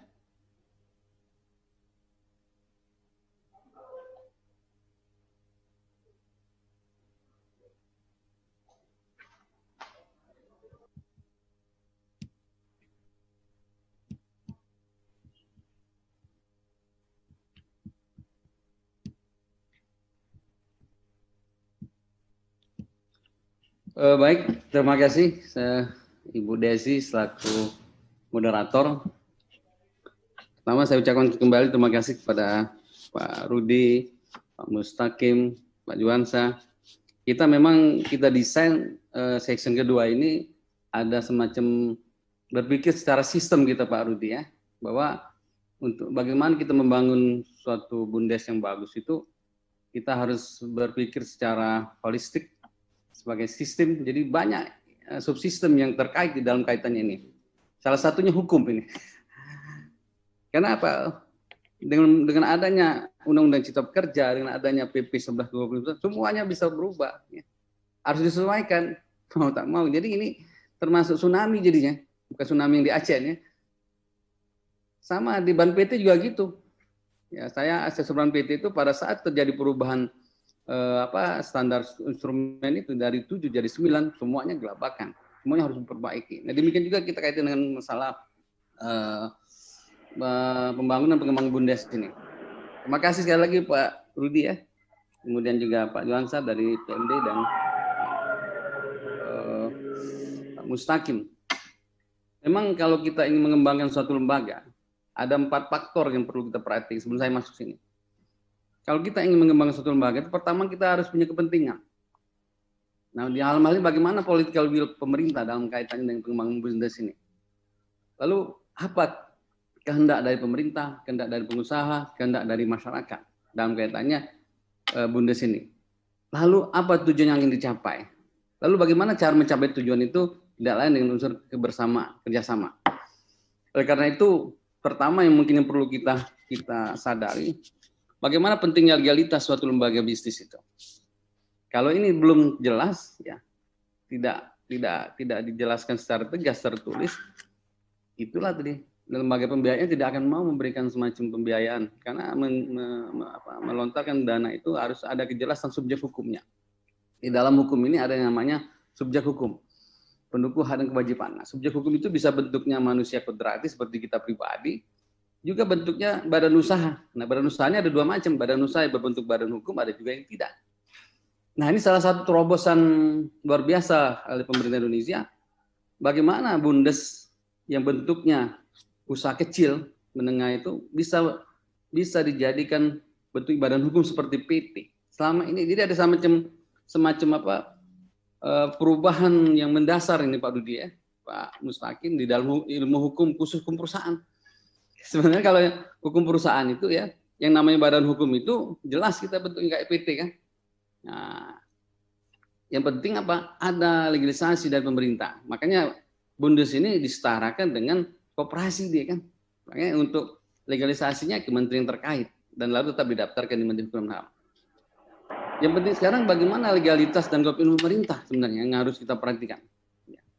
Ya saya kira kalau kita lihat dari segi aspek hukumnya ya sudah cukup memadai ya. Kenapa? Negara Indonesia ini didirikan ada kita bisa lihat di Cita Hukum Bangsa Indonesia. Cita Hukum Bangsa Indonesia itu apa? Bagaimana negara ini bisa menciptakan masyarakat adil dan makmur. Nah itu ya. Itu dari pendiri negara ini udah dari awal udah mencanangkan itu ya. Lalu bagaimana melindungi segenap bangsa Indonesia dari semua hal ya. Lalu bagaimana negara ini mencerdaskan kehidupan bangsa. Nah saya kira indikator ini lah makanya menjadi vision kita untuk menjadikan masyarakat adil dan makmur melalui pola pengembangan Bundes ini. Jadi saya kira cocok Mbak Rudi ya dengan ekonomi kerakyatan ini sebenarnya yang sudah dicanangkan oleh Hatta, oleh Pak Mulyarto yang pendulu orang tua kita yang sudah mencita-citakan bagaimana ekonomi kerakyatan itu dibangun menjadi fondasi pengembangan ekonomi nasional. Saya bukan orang ekonomi nih Pak Rudi, tapi saya mengkaji basic saya hukum ekonomi atau hukum bisnis. Makanya mau tak mau ya kita harus banyak belajar bagaimana keekonomian itu. Nah, dengan potensi yang ada ini, ya, jadi desa itu potensi yang luar biasa sebenarnya. Jumlahnya 80 ribuan ini. Kalau potensi ini bisa digerakkan, bisa ditata, Indonesia saya kira menjadi negara superpower ya. Kalau dari 40 tahun yang lalu ditata Pada waktu kita realitas, saya kira udah mulai bahwa negara Indonesia ini negara agraris ya, baru dia. Mestinya kan awal itu kita bagaimana mengembangkan negara agraris menjadi pertanian modern. Dari mana? Dari pedesaan mestinya kan. Kita terbalik. Tengah perjalanan berubah mau jadi negara industri. Akhirnya apa? Terjadi alih fungsi lahan yang tidak terkontrol. Akhirnya apa? Pangan kita tidak terpenuhi. Nah, itu ya. Jadi kita terjebak di dalam perencanaan kita sendiri. Ya. Oke.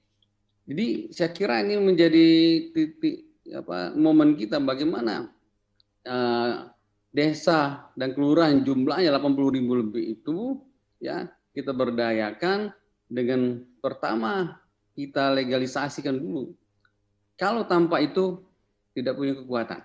Jadi pintunya dari aturan hukumnya dulu. Nah, saya kira ini momennya tepat ya. Mau dari undang-undang desa, lalu PP-nya, lalu keluar undang-undang cipta kerja yang memang secara tegas dan tanpa embel-embel kita menyatakan bahwa BUMDes itu badan hukum, itu suatu hal yang luar biasa. Kalau dalam ilmu filsafat itu lonjakan yang luar biasa itu. Lonjakan yang luar biasa apa? Dia di luar kerangka teori yang sudah ada. Kalau teori hukum perusahaan nggak masuk itu. Tapi nggak apa-apa, saya kira yang penting apa? Bahwa tujuan hukum itu apa? Hukum itu diciptakan untuk kebahagiaan, bukan untuk menyengsarakan. Jadi filosofinya hukum itu dibangun, diciptakan untuk kebahagiaan, bukannya tujuannya untuk menyengsarakan, tidak. Jadi filosofinya itu yang perlu kita. Makanya saya kira kita sepakat aturan yang sudah ada ini tidak lain tujuannya itu. Hanya saja bagaimana kita mengaplikasikan aturan itu. Jadi mulai dari Cipta Hukum Bangsa Indonesia, lalu Undang Dasar 45, lalu undang-undang pelaksananya, lalu PP-nya, lalu aturan di daerah. Nah, memang sekarang aturan di daerah masih belum banyak yang dilahirkan oleh berbagai perda di daerah. Hanya saja jangan sampai perda itu menjadi high cost dan memberatkan. Nah, jadi saya kira penting ya dari aspek penguatan hukumnya dan tinggal sekarang bagaimana komitmen pemerintah dan masyarakat. Karena apa? Ada beberapa pilar penting dalam rangka kita mau berinvestasi. Saya kira pertama itu apa? Bagaimana kita menciptakan kepastian hukum. Oke, ini sudah terjawab kita ya. Kepastian hukum tentang BUMDes ini. Selama ini BUMDes itu menjadi bulan-bulanan aja kan. Ketidakjelasan tentang statusnya. Kalau dia hanya sebagai BUMDes, sebagai badan usaha yang apa? Ya. Karena di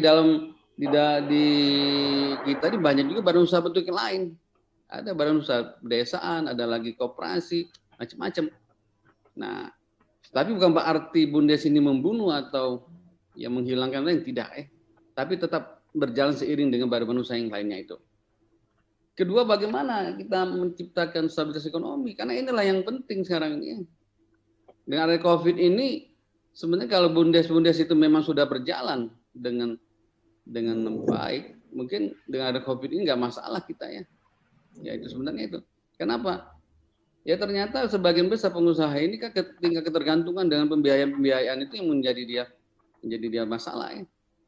Nah, demikian juga stabilitas politik. Ya, saya kira bagaimana berkecamuknya antara politikus ya di dalam pemerintahan kita baik dari eksekutif maupun legislatif pada saat ini melahirkan suatu kebijakan seperti yang dijelaskan Pak Rudi tadi. Bagaimana input itu benar nggak? Karena kalau inputnya nggak benar, datanya nggak udah benar, tentu ya tidak akan terjadi outputnya nanti. Jadi pada saat kita menginput permasalahan yang ada di lapangan itu harus jujur ya, harus tidak berpihak kita. Kita netral dan murni pemikiran kita bahwa ini ada sesuatu yang perlu diperbaiki. Makanya di sini ya stabilitas politik penting. Kenapa? Kalau stabilitas politik itu tidak stabil untuk melahirkan suatu kebijakan, tentu akan terjadi keberpihakan nanti itu. Nah, itu yang tidak kita inginkan. Terus terang saja ya, ada pihak-pihak yang tidak begitu setuju dengan penguatan BUMDes ini Pak Rudi. Ya. Kenapa? Persaingan bisnis ya. Kalau BUMDes bersama itu berkembang, wah saya kira dari 80.000 BUMDes itu misalnya ada di Indonesia, Kita bagi 34 areal ini sudah cukup itu. Bundes Sumatera Selatan membentuknya apa? Bentuknya konglomerasi. Tidak apa-apa sih yang mengembangkan berbagai sektor. Sektor apa? Sektor bisnis. Jadi kalau di Sumsel ini ada 17 kabupaten kota, bayangkan aja ada 3.000, lebih kurang hampir 3.000 bundes itu digerakkan secara bersama-sama. Wah, ini salah satu kekuatan yang luar biasa itu ya. Nah, ini akan menjadi kekuatan bagi negara Indonesia untuk menjadi negara yang lebih kuat lagi di bidang perekonomian. Jadi saya kira bagaimana kita membangun dasar fondasi ekonomi itu dari bundes ini bisa ya. Ya saya yakin untuk itu. Hanya saja komitmen pemerintah melahirkan aturan itu bisa apa enggak ya. Kira-kira kenapa? Ya. Dia tidak hanya stabilitas politik, stabilitas keamanan kira-kira bisa nggak dijamin oleh pemerintah? Ini penting. Kalau keamanan tidak terjamin, tidak akan jalan aturan yang sudah dibuat itu. Lalu bagaimana penyediaan sumber daya manusia?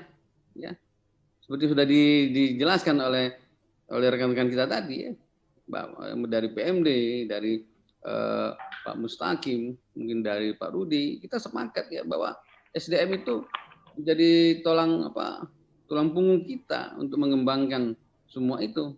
Ya. Lalu penduduk sebagai pangsa pasar.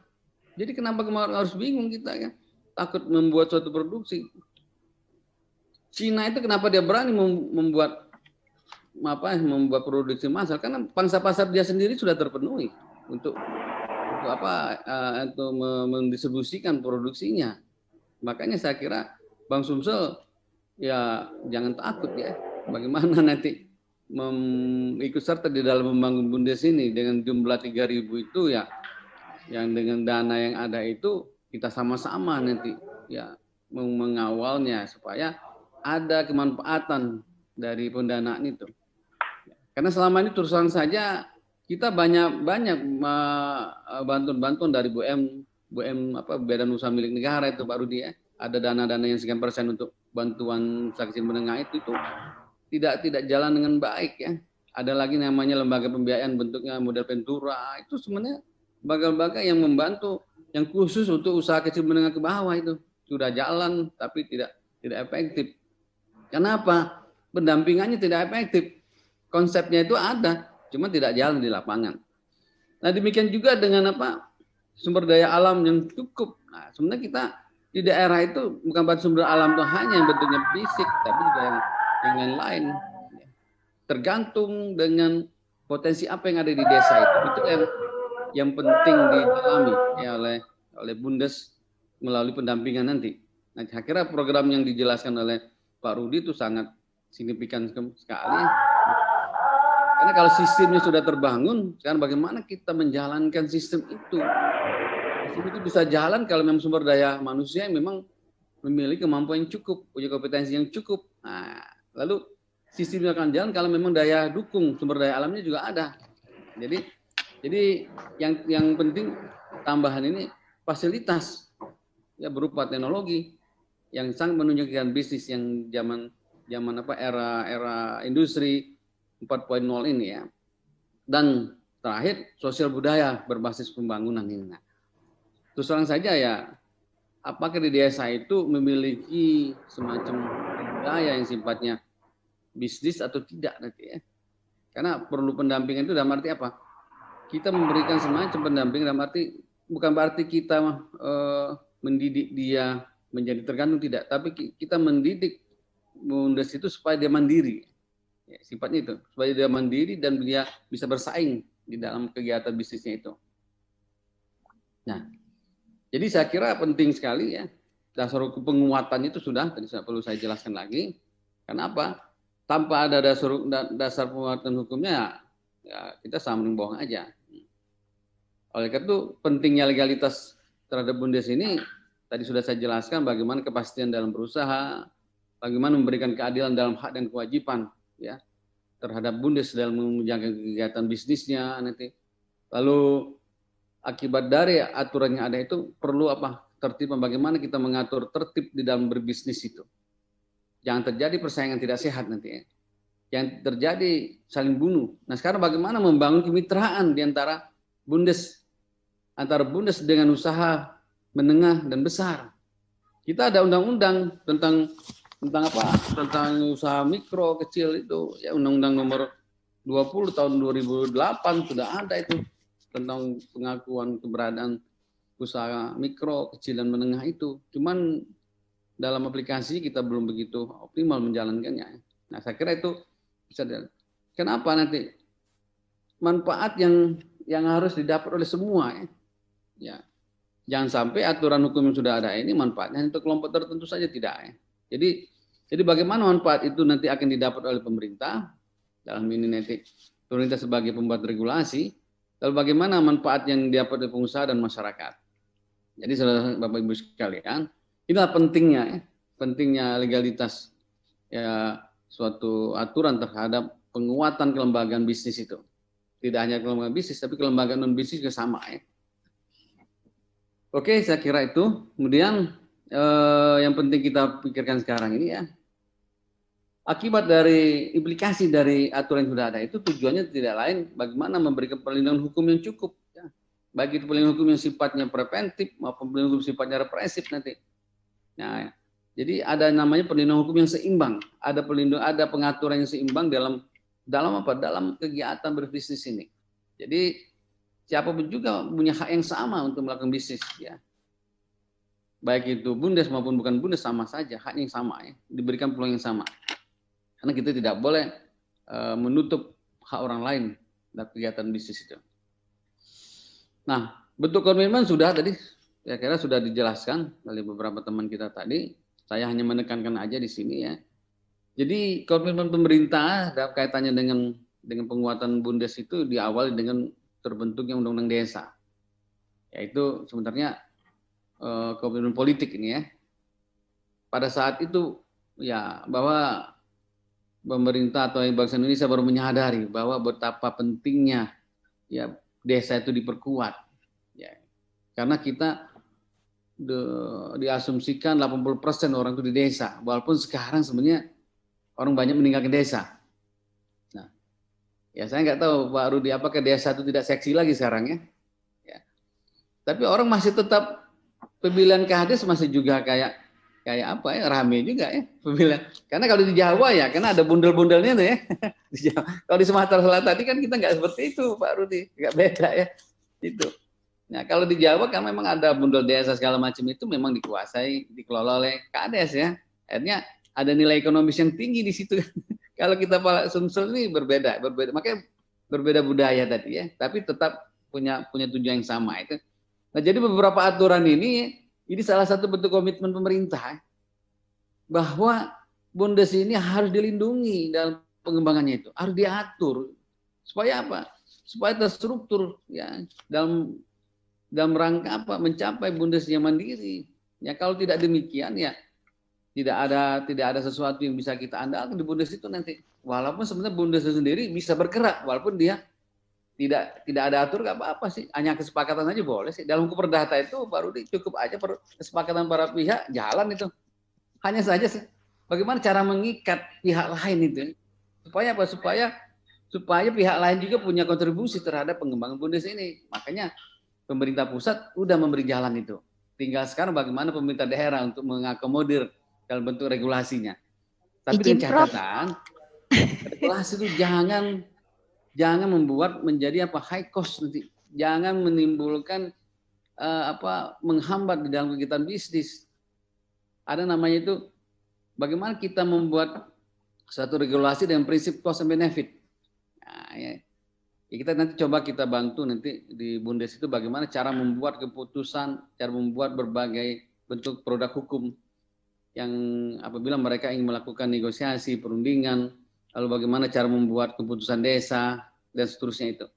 Ya, saya selaku orang hukum, ya salah satu pemikiran saya di situ nanti.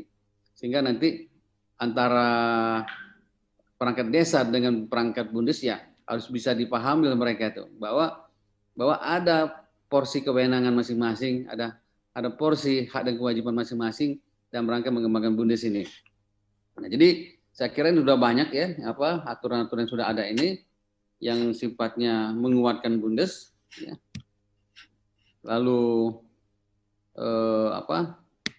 akibat dari peraturan yang ada ini, ya, Bundes yang sudah berdiri yang cukup banyak ya, ada 80% dari desa di Indonesia ini, mau tak mau harus disesuaikan. Sama waktu undang-undang PT berlaku tuh Pak Rudi.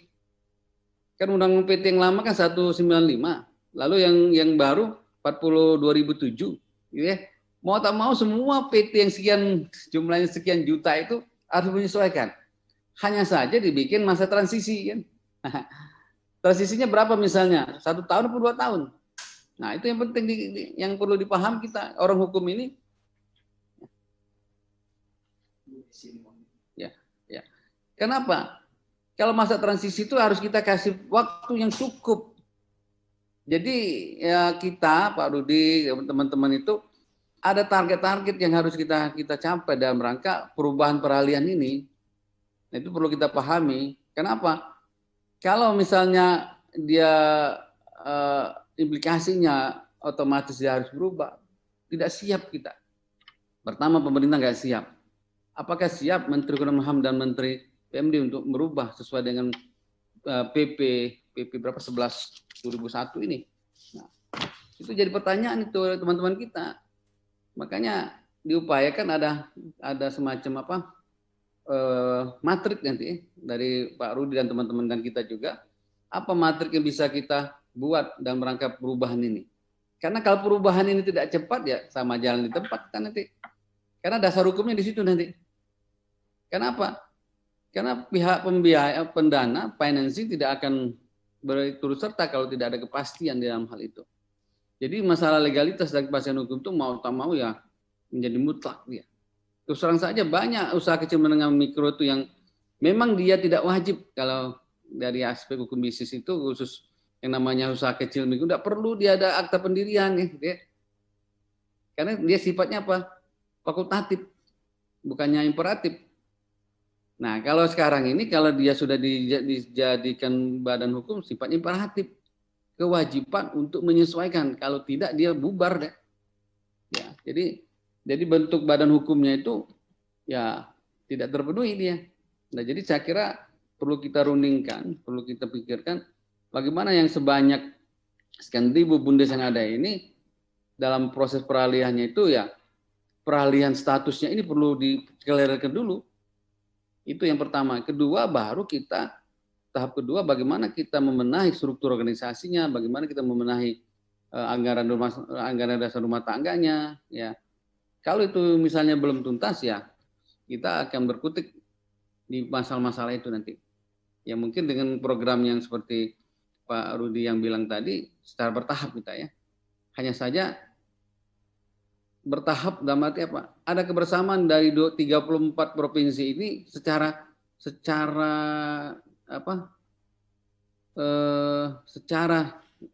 rata kita bekerja bersamaan untuk membenahi itu. Nah, tinggal sekarang bagaimana kita menyiapkan SDM-nya, sistemnya dan fasilitas pendukungnya. Ya, ditargetkan misalnya tahun ini semuanya beres gitu kira-kira. Itu menjadi pekerjaan besar itu.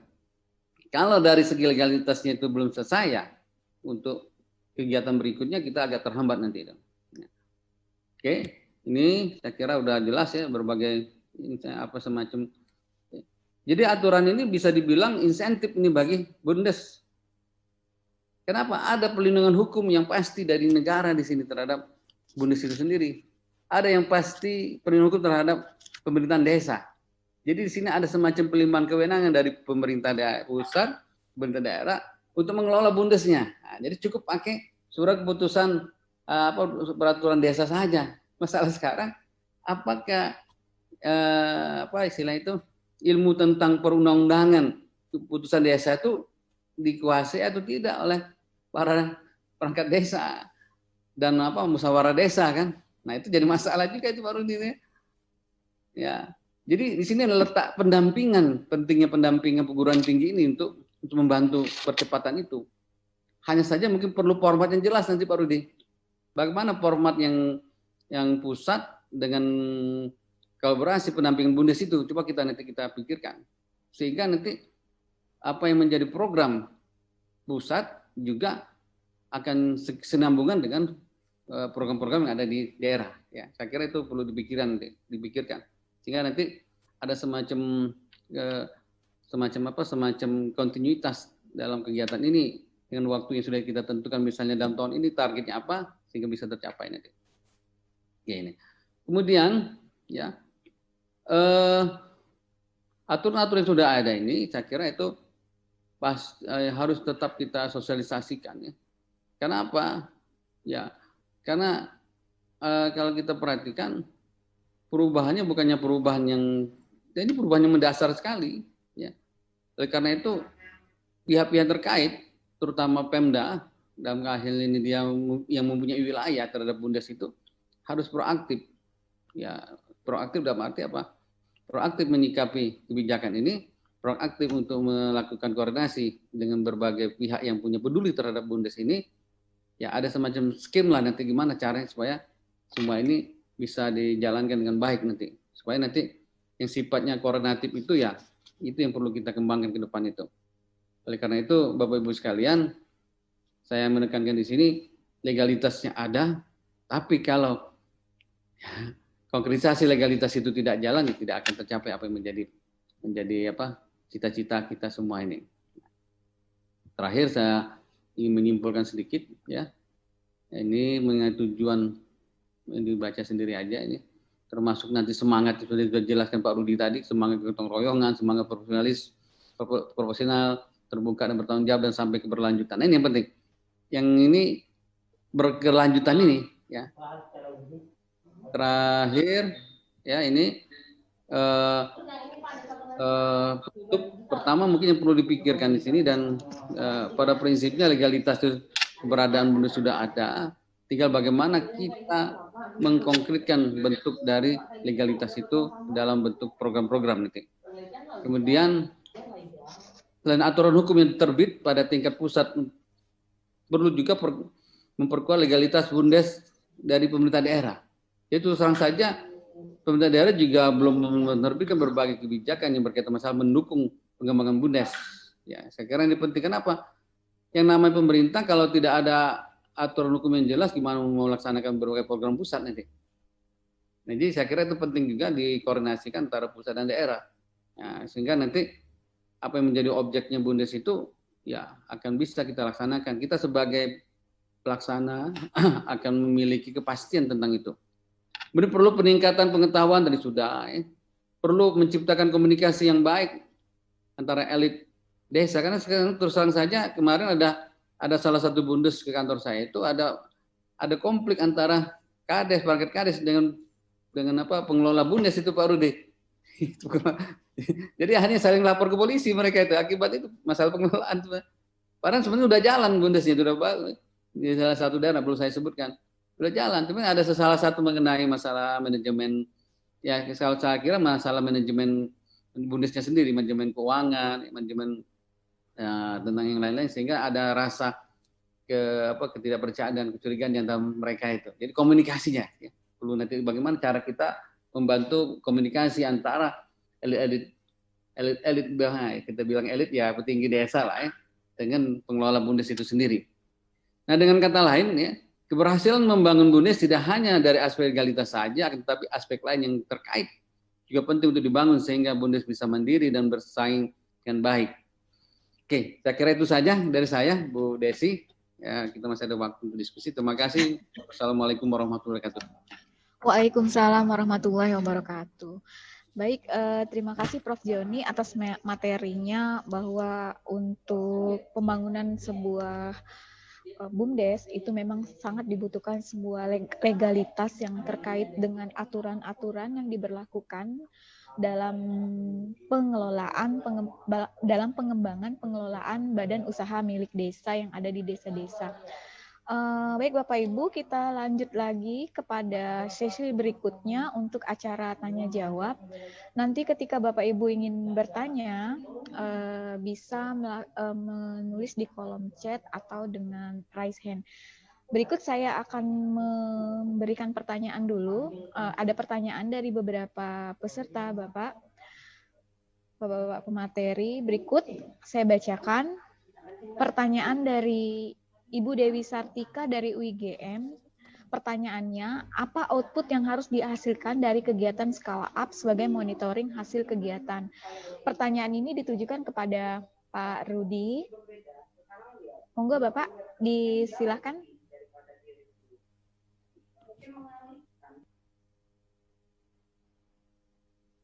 Oke, terima kasih dari Bu Dewi Sartika dari UIGM. Ya, dari Bu Dewi Sartika UIGM. Jadi outputnya itu yang saya kira generik dibutuhkan semua BUMDes itu adalah sebuah kelayakan untuk usaha dan inovasi. Jadi kelayakan itu butuh pemetaan, ya, butuh pemetaan tentang alam, apa kondisi alam, kekayaan alam, tapi juga bentang hidup, ya, intangible asset, ya, pengetahuan, kesiapan SDM, tadi saya juga lihat diskusi mindset, ini kekompakan dan lain sebagainya.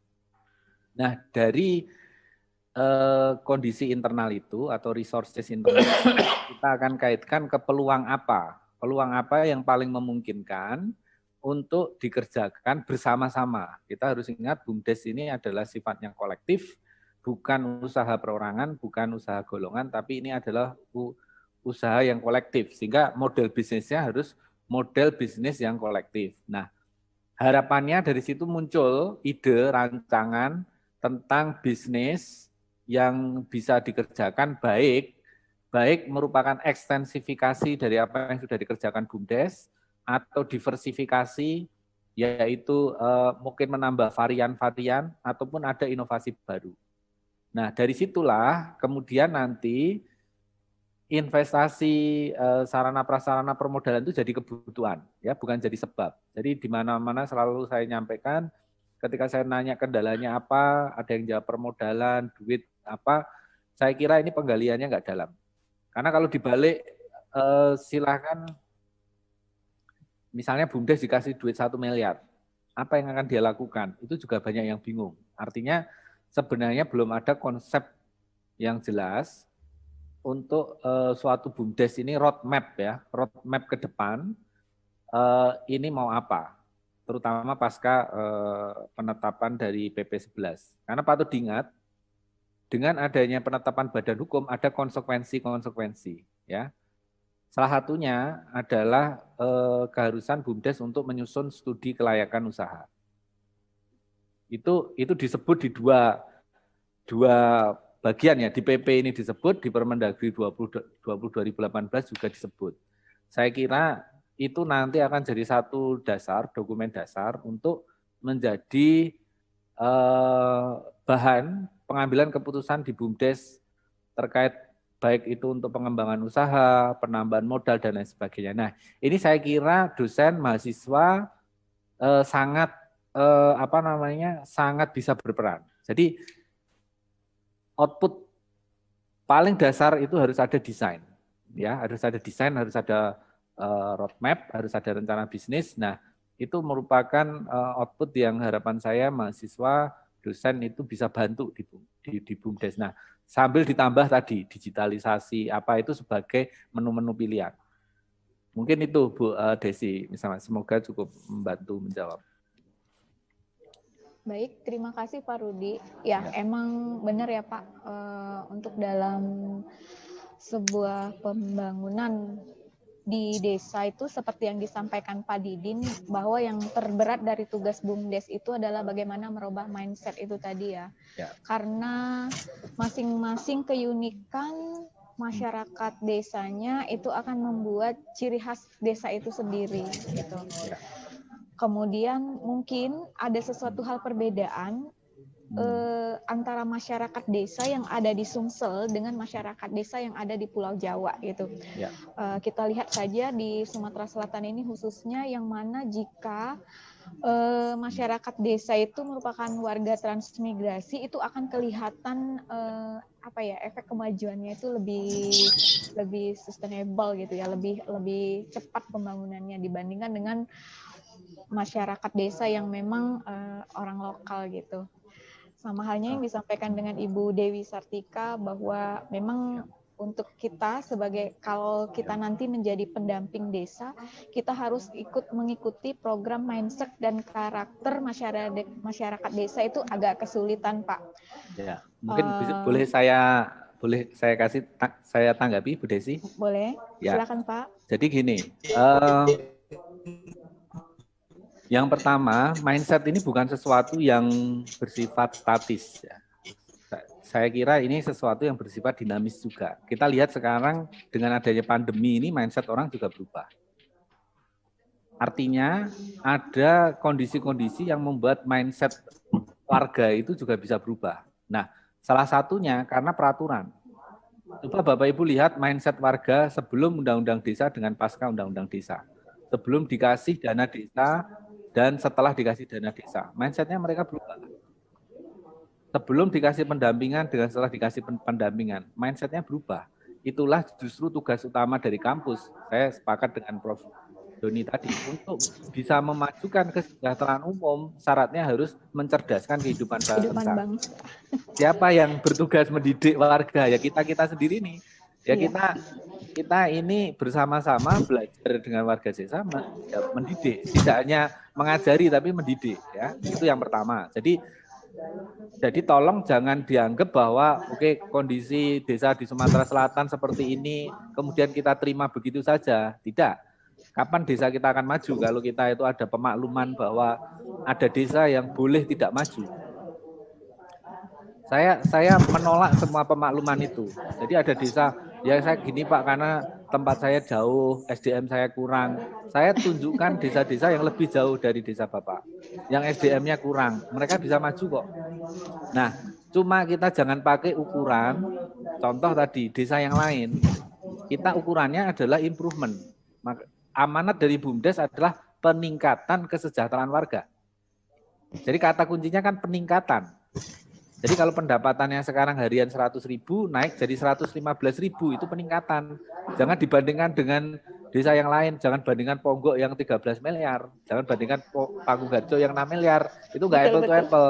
Panggung-Harjo penduduknya 40.000. Coba Bapak Ibu kumpulin semua desa penduduknya 40.000. Kita buat seperti Panggung-Harjo. Tapi kalau penduduknya cuma 2.000, 3.000 kan enggak. Nah, oleh karenanya tugasnya kampus adalah pemetaan mikro tadi. Makanya di scale up ini pemetaannya level desa. Apa potensi desa, apa masalah desa, apa peluang dari desa. Keyakinan saya tidak ada desa yang tidak memiliki potensi. Betul. Kalau ada desa yang tidak memiliki potensi, mesti penduduknya mati semua. Selama ada penduduk, dia bukan desa siluman, mesti ada potensi. Nah, kita tinggal menemukan bagaimana mengembangkan, bagaimana menguatkan, dan mengkoneksikan itu. Itulah tugasnya kampus. Nah, jadi mungkin jawabannya mungkin bisa merespon beberapa jawaban yang lain juga. Terima kasih. Baik. Iya benar Bapak ya. Ini ada 2 pertanyaan yang akan saya simpulkan jadi satu. Pertanyaan dari Mas Prima Akbar, mahasiswa Fakultas Hukum Universitas Sriwijaya. Ini mungkin ada pertanyaannya, ada kaitannya dengan yang Pak Rudi sampaikan tadi. Bapak Ibu, soal BUMDes maupun masyarakat desa saat ini adalah semakin kompleks akibat dari pandemi COVID-19 ini. Persoalan tersebut antara lain penurunan ekonomi desa, akibat kesulitan yang dialami oleh petani, bagaimana memasarkan produksi, terpuruknya UMKM, penurunan daya beli masyarakat, dan peningkatan beban ekonomi desa. Hal ini yang berakibat bahwa banyak menambah persoalan-persoalan yang ada di desa sehingga kehilangan pekerjaan. Pertanyaannya, bagaimana BUMDes apa yang harus dilakukan BUMDes agar mampu bangkit dalam masa pandemi COVID-19 ini, dan bagaimana dengan melibatkan masyarakat. Berikut pertanyaan diberikan kepada Pak Rudi dan Prof. Joni. Selanjutnya ini ada pertanyaan dari Ibu Mila yang diberikan kepada Pak Mustaqim. Ini ada kaitannya juga dengan fenomena COVID-19 ini dan kejelasan keterkaitan permodalan KUR. Bagaimana apabila BUMDes yang mempunyai unit bisnis jasa keuangan akan bekerja sama dengan Bank Sumsel? produk apa saja yang bisa dan bagaimana prosedurnya. Dan mungkin ini nanti bisa dijelaskan Pak Mustaqim.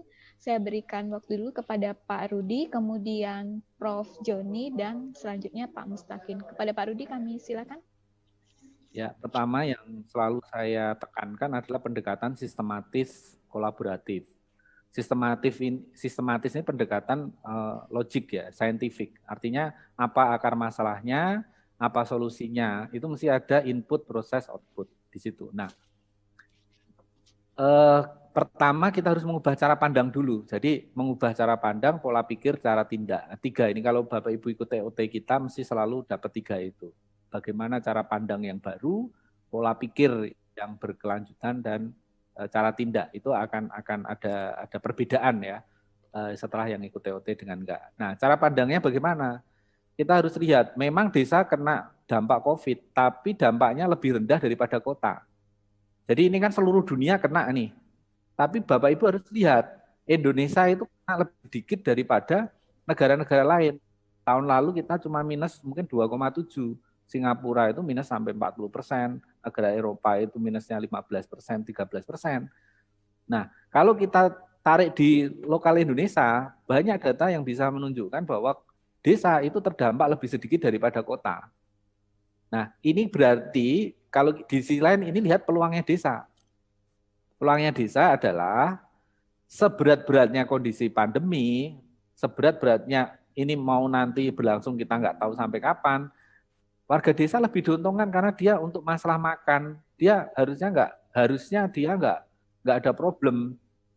Kita lebih khawatir dengan orang-orang yang ada di kota. Ini ketika semakin panjang kan urusannya cuma masalah makan, pangan. Lah mau makan di mana? Karena semua udah ditanami beton. Nah, oleh karenanya warga desa kembali sadar di situ.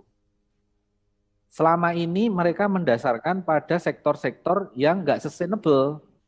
Yaitu apa? Pasarnya yang sangat dipengaruhi oleh pasar global.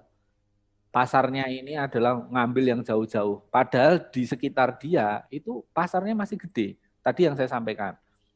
BUMDes sekarang yang kembali mengurusi pasar desa, mengurusi level yang mikro, ini justru bertahan. Sehingga solusi awalnya adalah ubahlah paradigma. Ubahlah paradigma bahwa sekarang kuasai dulu pasar-pasar yang ada di level mikro. Karena sekarang yang satu-satunya pasar yang bergerak itu di level rumah tangga, di level mikro. Dan dana yang digelontorkan pemerintah itu nggak main-main. KUR itu aja 170 triliun. Mayoritas juga ada BLT, PKH, berbagai bantuan itu paling banyak yang dapat siapa? Masyarakat desa. Berarti ada perputaran duit yang sangat besar di desa. Tapi pertanyaannya, ini gajah di depan mata nggak nampak gitu loh. Karena apa? Kurang rasa syukur. Selalu di mana-mana kalau kayak gini Pak, saya nggak punya potensi, saya kurang modal, saya kurang SDM. Kenapa nggak kita balik? Kenapa Bapak Ibu nggak bersyukur sekarang hidup di desa? Kenapa Bapak Ibu sekarang nggak bersyukur masih ada lahan yang belum ditanami? Masih ada warga Bapak Ibu itu sehat semua. Berapa persen yang kena COVID di desa Bapak Ibu? Mesti saya yakin nggak banyak. Beda dengan sekarang di Jakarta, di Surabaya. Ini hampir mungkin 3 dari 10 orang itu mungkin membawa virus gitu kan. Di desa enggak. Jadi mereka bisa bekerja dengan nyaman, bisa Nah, duitnya masih ada, kegiatan operasionalnya masih ada, apalagi yang kita itu kurang. Nah, kalau Bapak Ibu mulai dengan rasa kesyukuran itu, sekarang wujud rasa syukur, mengoptimalkan apa yang ada, dengan mikirin nyari yang tidak ada. Itu dari situ dulu. Sehingga di mana-mana saya sampaikan, BUMDes itu ya bukan lembaga sosial, bukan badan amal, jangan minta dikasihani. Jangan menjual dia bahasanya ya, saya menjual kesedihan dan keterpurukan. Juallah potensi desa masing-masing. Saya yakin ada. Nah, dari situlah kita akan muncul semangat. Muncul optimisme. Karena dalam agama kita, pesimis itu dilarang. Pesimis itu dekat dengan putus asa. Seberat apapun kita harus optimis. Nah, dari situ pikiran kreatif akan muncul. Kita akan melihat akan ada banyak potensi. Nah, tinggal caranya saja yang berbeda. Kalau saya ini duitnya sama, kebutuhannya sama. Semua orang butuh makan, semua orang masih punya duit karena ini bencananya bukan bencana alam. Nah, caranya beda. Caranya pakai apa? Digital. Digital caranya gimana? Cari yang lokal. Kita sekarang menggerakkan bahkan sampai level per RW. Per RW itu warga dikumpulin, bisa masak apa, bisa ini, ada satu admin, mereka saling menjual antar RW, dianterin pakai motor. Ini jalan. Nah, tentu kita harus ekspektasinya juga berubah. Jangan kita, dulu pendapatan saya 10 juta, pendapatan saya 7 juta, sekarang 3 juta. Nah, kita bisa hidup, sehat, itu aja harus bersyukur saat ini. Kan kayak gitu. Jangan kita juga terus pendapatannya sama dengan nggak masa krisis. Ini kan masih banyak orang belum bisa menerima kenyataan kita dalam kondisi pandemi, kondisi krisis. Nah, dengan cara berpikir yang berbeda, maka cara tindakan kita akan berbeda. Kita akan menggeser. Kalau sekarang Bapak Ibu punya wisata kok nggak ada yang ngunjungin, ya jangan nunggu di situ. Itu kan sama kayak mancing, ikannya sudah lari, Bapak Ibu tungguin, ya nggak pernah dapat ikan. Cari ikannya ada di mana? Oh, di pasar sembako, di pasar yang lokal, di pasar yang ini, kejarlah di situ. BUMDes punya dasar hukum, BUMDes punya kewenangan, BUMDes punya dana. UMKM yang nggak dikasih duit harus aja semua pada bisa hidup kok. Ini BUMDes udah dikasih duit nggak harus kembalikan, kok malah pada mangkrak. Ini ada yang sangat keliru di sini karena kurang rasa bersyukur. Nah, kurang rasa bersyukur itu pikirannya kurang terus. Nah, kan di situ. Coba dibalik. Rasa syukur, positif, nah ide kreatif. Nah, bantulah, carilah kampus-kampus, carilah dosen mahasiswa yang mau membantu. Nah, di situ. Nah, saya kira itulah mungkin peran nyata ya. Saya senang sekali ada mahasiswa yang nanya, ini berarti bentuk kepedulian. Makanya kampus-kampus sangat berbahagia kalau bisa menghasilkan mahasiswa yang peduli dengan nasib lingkungan sekitarnya. Mungkin gitu, Bu Desi. Ya. Baik, selanjutnya kami silakan Prof. Joni. Baik, terima kasih Bu Desi. Pada prinsipnya saya sependapat yang dijelaskan oleh Pak Rudi tadi. Cuma dari aspek hukum kan ada semacam relaksasi Pak Rudi ya. Bagaimana mengatasi pandemi COVID-19 ini. Tapi kalau kita lihat bagaimana kondisi kota dan desa itu agak berbeda seperti Pak Rudi. Jadi risiko dan bebannya tentu berbeda. Kenapa? Kalau di kota kan bebannya lebih berat. Kenapa? Ada kewajiban-kewajiban yang belum lunas. Gitu ya. Karena memang begitu bisnis kan. Makanya pemerintah mengeluarkan kebijakan tentang relaksasi. Bahwa kalau kredit misalnya dia ya dikasih waktu 1 tahun untuk di reschedule lagi. Nah kalau di desa kan kewajiban-kewajiban seperti itu kan tidak seberat itu. Makanya BUMDes di desa itu sebenarnya perlu penguatan saja lagi ya dari BUMDesnya sendiri dan dari pemerintah setempat. Makanya ya, dalam kondisi sekarang ini saya kira mulai semacam momen yang bagus bagi BUMDes itu untuk bergerak dan meningkatkan bagaimana dia melakukan inovasi di dalam desanya masing-masing. Kalau sekedar untuk makan sehari-hari, kalau di desa kan lebih gampang dibanding di kota. Kalau orang desa ke kota dia jadi pengemis nanti kan. Kenapa? Tidak ada pekerjaan, tidak ada orang kasihan kan. Nah itu masalah di situ. Tapi kalau di desa lahannya masih ada, ya mau jadi apa maksudnya? Harus punya inisiatif, ya, harus punya kemauan. Saya kira kemauan kalau tidak diiringi dengan action ya nggak bisa. Ya. Nah itu saya kira kondisi seperti ini lebih banyak orang tinggal di desa. Ada teman saya nggak mau pulang dia Pak Rudi dari desa ini. Kenapa saya bilang nggak mau? Enak di desa, nggak pusing kepala saya katanya. Kenapa? Dia punya lahan, ya, lahannya ada. Dia di Pagaralam punya lahan kopi 1 hektar cukup katanya. Di selang-seling kopi itu ada tanaman apa itu? Sayur-sayuran, ya dia bisa nanam macam-macam untuk kebutuhan sehari-hari. Makanya dulu ada yang namanya apotek yang di depan rumah itu perkarangan ada apotek hidup ya. Nah saya kira itu BUMDes bisa kembangkan itu Pak Rudi. Tiap rumah dikembangkan bagaimana apotek hidup itu. Ya macam-macam di situ. Sekarang kan saya lihat kan teman-teman kita di kota kan udah beralih ke tanaman banyak kan. Kita lihat itu di WA itu ramai ada nanam cabai, nanam sayur yang sistem sekarang pakai plastik tuh hidroponik namanya. Ya, termasuk saya di rumah saya nanam itu sayur-sayur kangkung yang saya bikin istri saya itu misalnya yang bikin 100 dari aqua itu itu tiap 3 bulan tumbuh dia. Kita nggak perlu lagi beli lagi kangkung misalnya, atau sayur-sayur lain itu, kecambah, gampang. Demikian juga. Nah mungkin konsep-konsep yang seperti itu perlu dikembangkan lagi, kayak teman-teman kita, terutama Bundes bagaimana menjadi propor nanti. Nah dari rumah ke rumah kalau itu berkembang, Bundes lah nanti akan mengakomodasinya nanti, ya. Jadi dari yang kecil itu bisa menjadi besar deh. Kalau tiap rumah itu misalnya, rumah ini khusus nanam apa misalnya, nanam cabai. Kan ada cabai yang bagus-bagus, yang makanya di sini perlu pendampingan tadi. Jadi untuk kebutuhan sehari-hari udah cukup. Nah, kalau konsep orang dulu kan ada lumbung padi ya Pak Rudi ya. Nah, kenapa konsep-konsep yang kakek nenek kita dulu nggak kita terapkan? Nah itu. Orang dulu nanam padi bukannya untuk dijual aja dia, tapi dia nanam padi disimpan untuk 1 tahun. Kenapa? Kalau takut terjadi krisis kan? Nah itu, nah sama aja kita di kondisi sekarang nih. Bagaimana Bundes itu menjadi pelopor untuk mengembangkan itu. Jadi ya tidak apa istilahnya, tidak merengek terus sih, tidak kayak orang nada terus. Kita membangun Bundes itu Bundes yang tidak akan menadakan tangan dia, tapi Bundes yang bisa lebih banyak memberi daripada meminta. Jadi konsep lebih baik memberi pada meminta itu perlu kita kembangkan. Oleh karena itu konsep-konsep seperti ini perlu kita kembangkan lagi ke sekian ribu Bundes desa yang ada sekarang ini. Oleh karena itu saya lihat ada desa-desa tertentu yang memang dia apa istilahnya itu santai aja. Orang krisis pun dia masih begitu juga, hidupnya masih enak, tenang. Kenapa? Karena dia udah menyiapkan untuk kebutuhan 1 tahun, beras, lauk pauk, ya itu ya. Dia punya kolam, dia punya kerambah ya, kecil-kecil itu, yang untuk kehidupan tidak cukup, lalu dia jual untuk masyarakat sekitarnya. Dan bahkan ada juga di desa tertentu itu hasil kolamnya itu dia bagi-bagi ke masyarakat yang tidak mampu.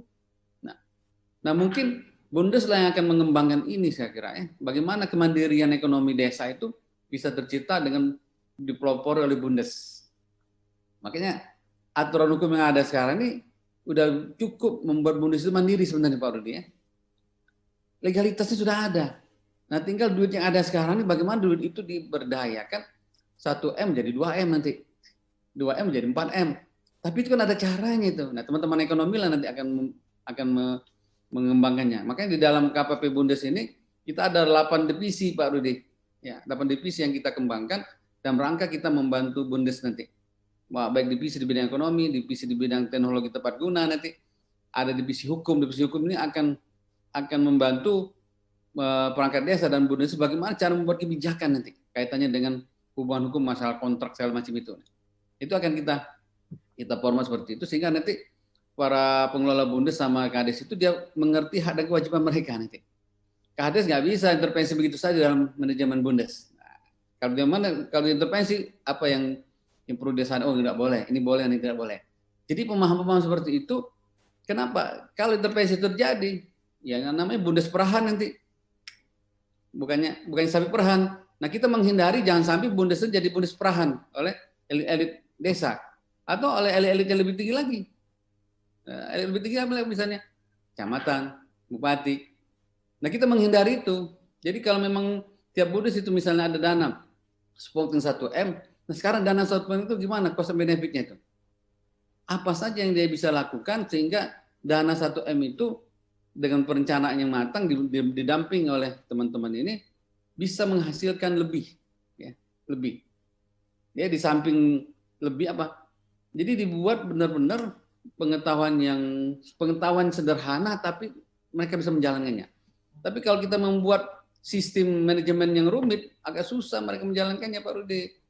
Makanya dibikinlah semacam manajemen yang simplicity manajemen itu yang penting. Jadi pemikiran dia itu tidak terbebani. Tapi kalau terbebani dengan pemikiran manajemen yang rumit, dia nggak semangat nanti. Nah saya kira itu ya Bu Desi ya. Jadi dari aspek hukum saya kira udah ada relaksasi. Dalam sekarang bagaimana ya teman-teman kita yang di desa itu. Nah yang penting sekarang kita bagaimana membangun Bundes itu menjadi seksi, nah, kayak gitu. Iya. Jadi menarik deh kan. Jadi kalau seksi itu mungkin banyak orang yang mau colek kan.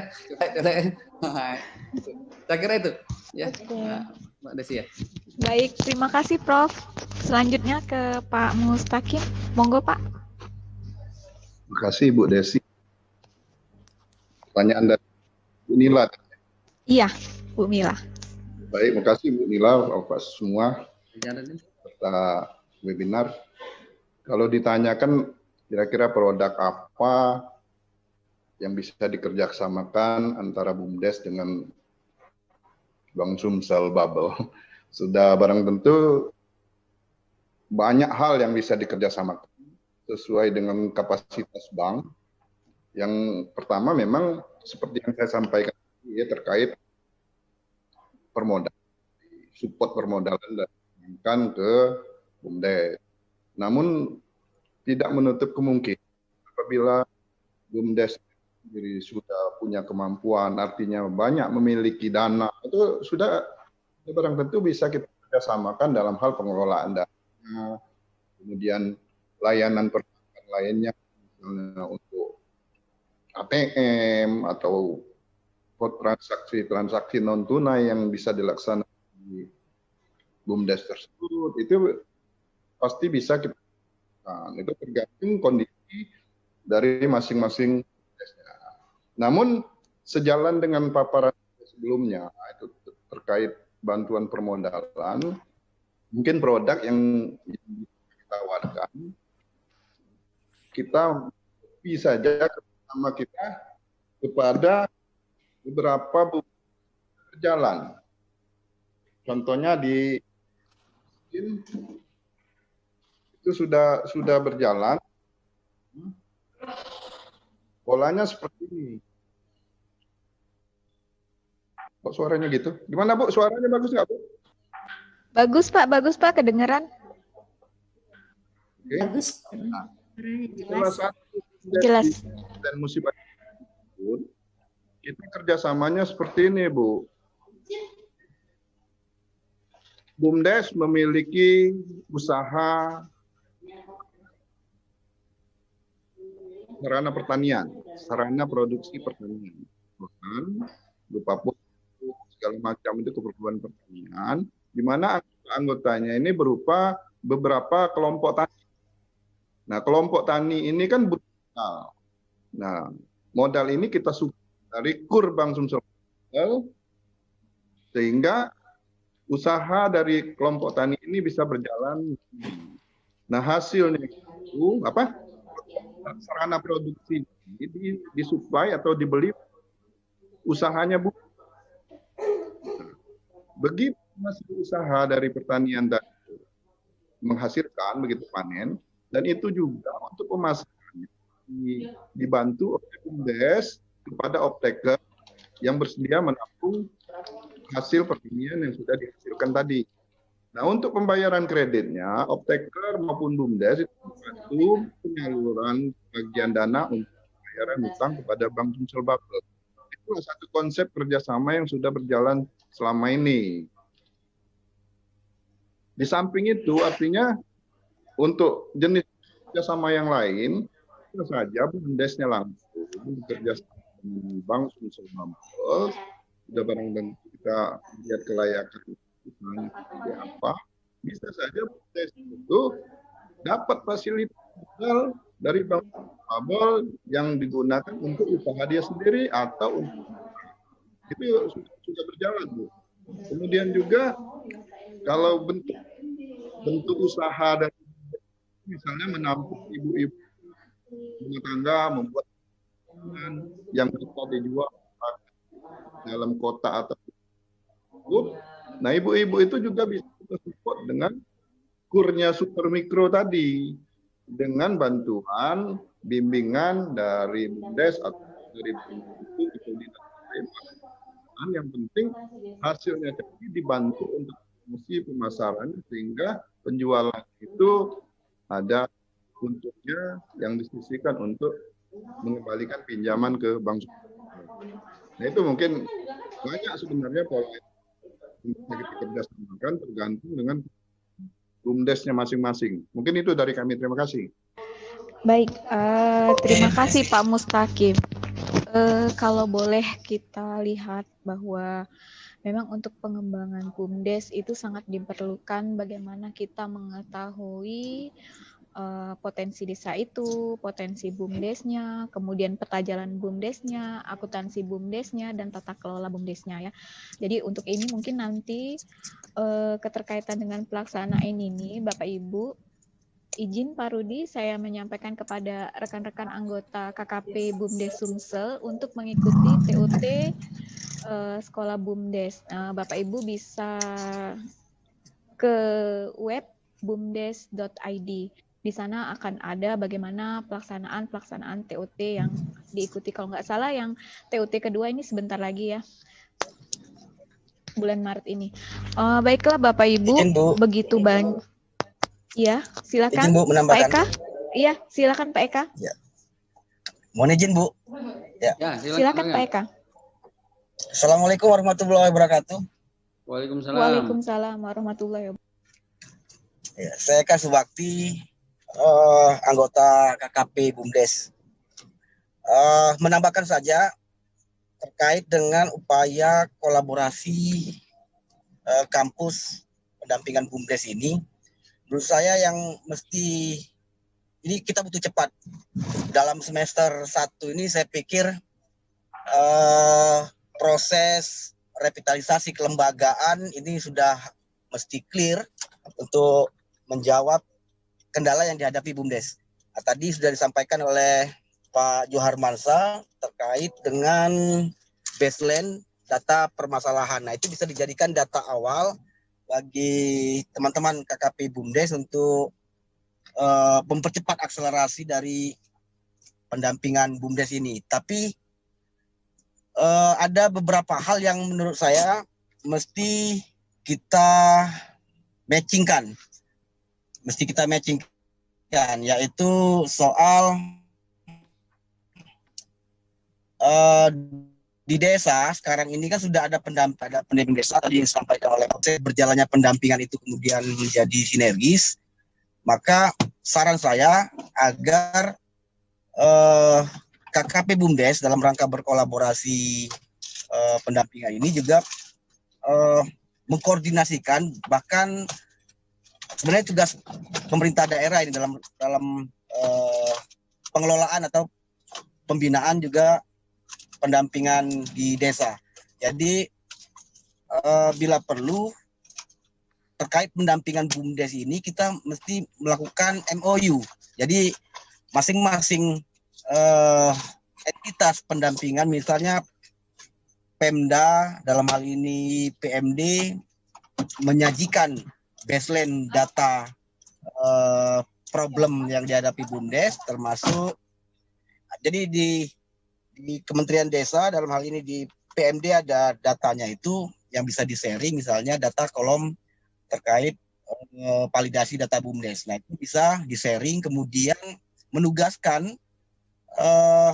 TPP di tiap tingkatan. Nah, di kabupaten kan ada PA, PED, kemudian ada juga PD, PLD. Nah, mereka ini adalah bagian dari tim, bisa di tim scale up BUMDes kalau misalnya pakai program yang akan dilaksanakan oleh BUMDes ID ataupun Sinkor. Kemudian dalam skup selatan bisa ada satu kebijakan lokal di mana itu disepakati dalam keputusan gubernur ataupun MOU yang disepakati antara perguruan tinggi ataupun KKP BUMDes dengan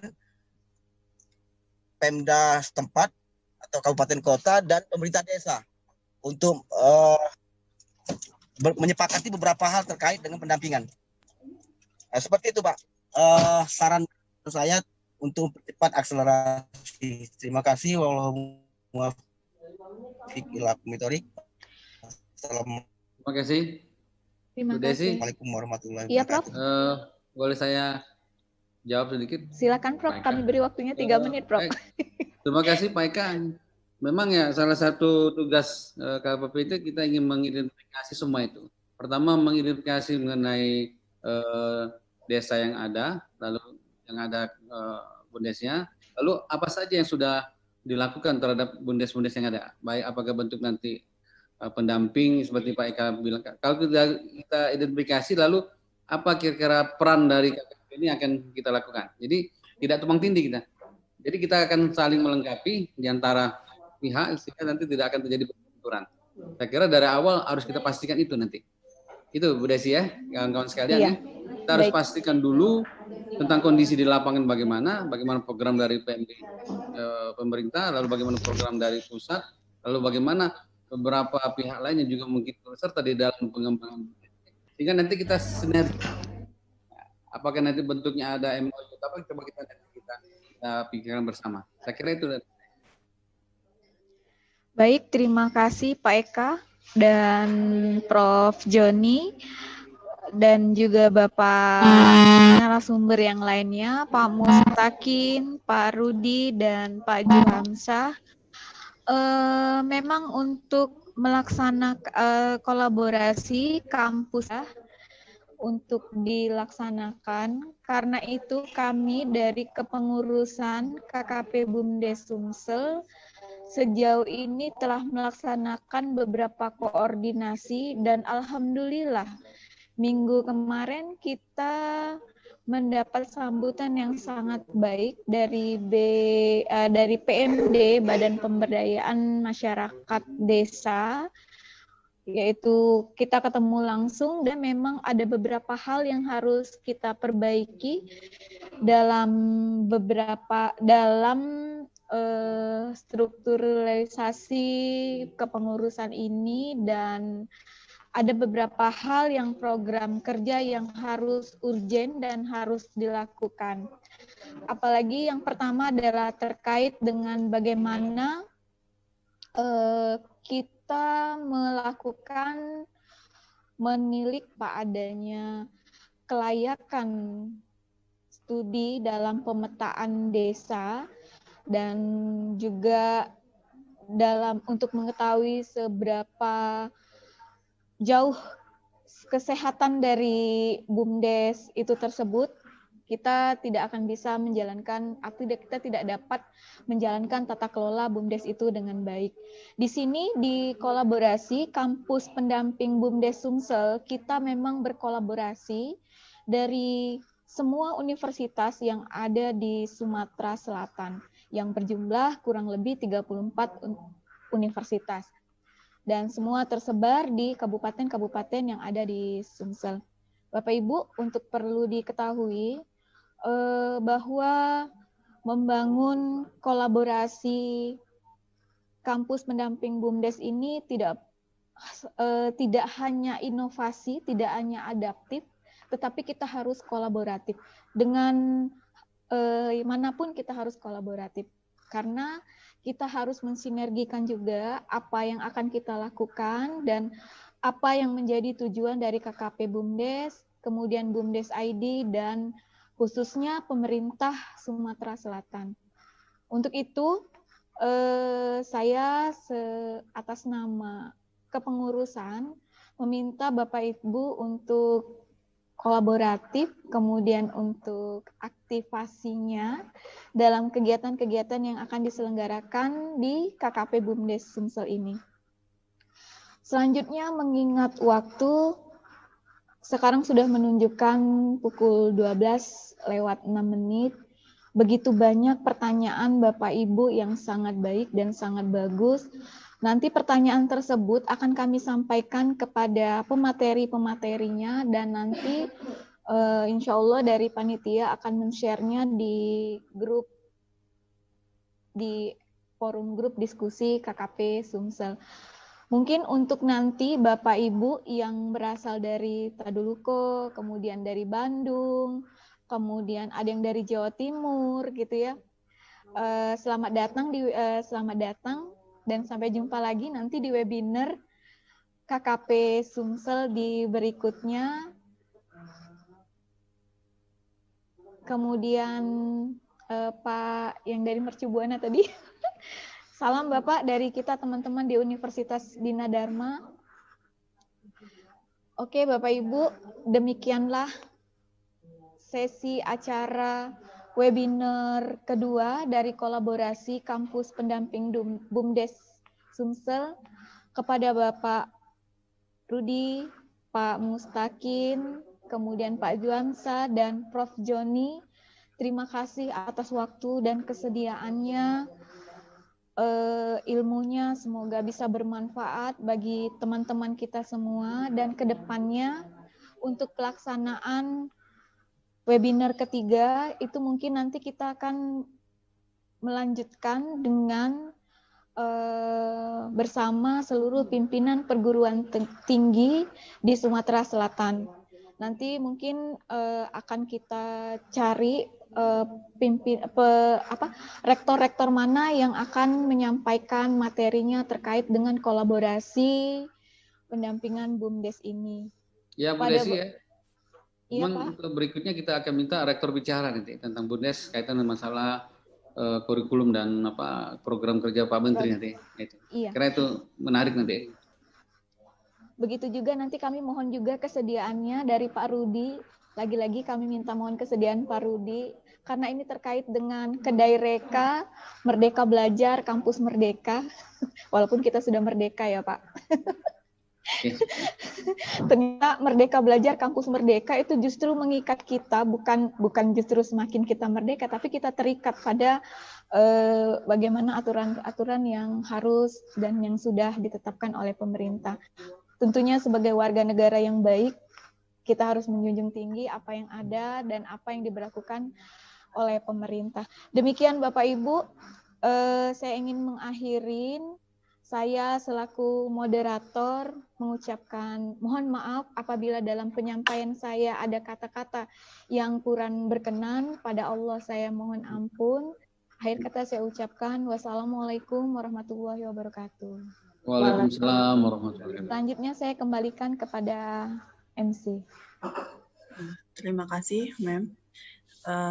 Tibalah kita di akhir acara. Sebelum itu saya meminta kesediaan Ibu Bapak untuk foto bersama. Mohon yang belum mengaktifkan kamera segera mengaktifkan kameranya. Di sini ada 6 slide. Kita mulai dari layar pertama. Mem. Layar pertama, siap-siap.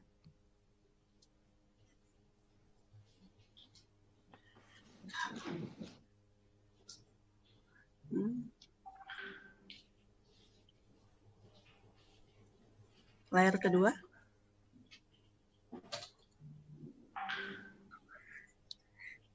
Dia merah. Layar ketiga.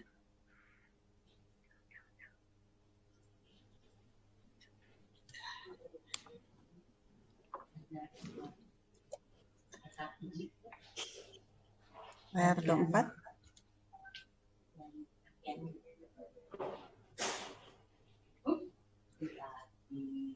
Layar kelima.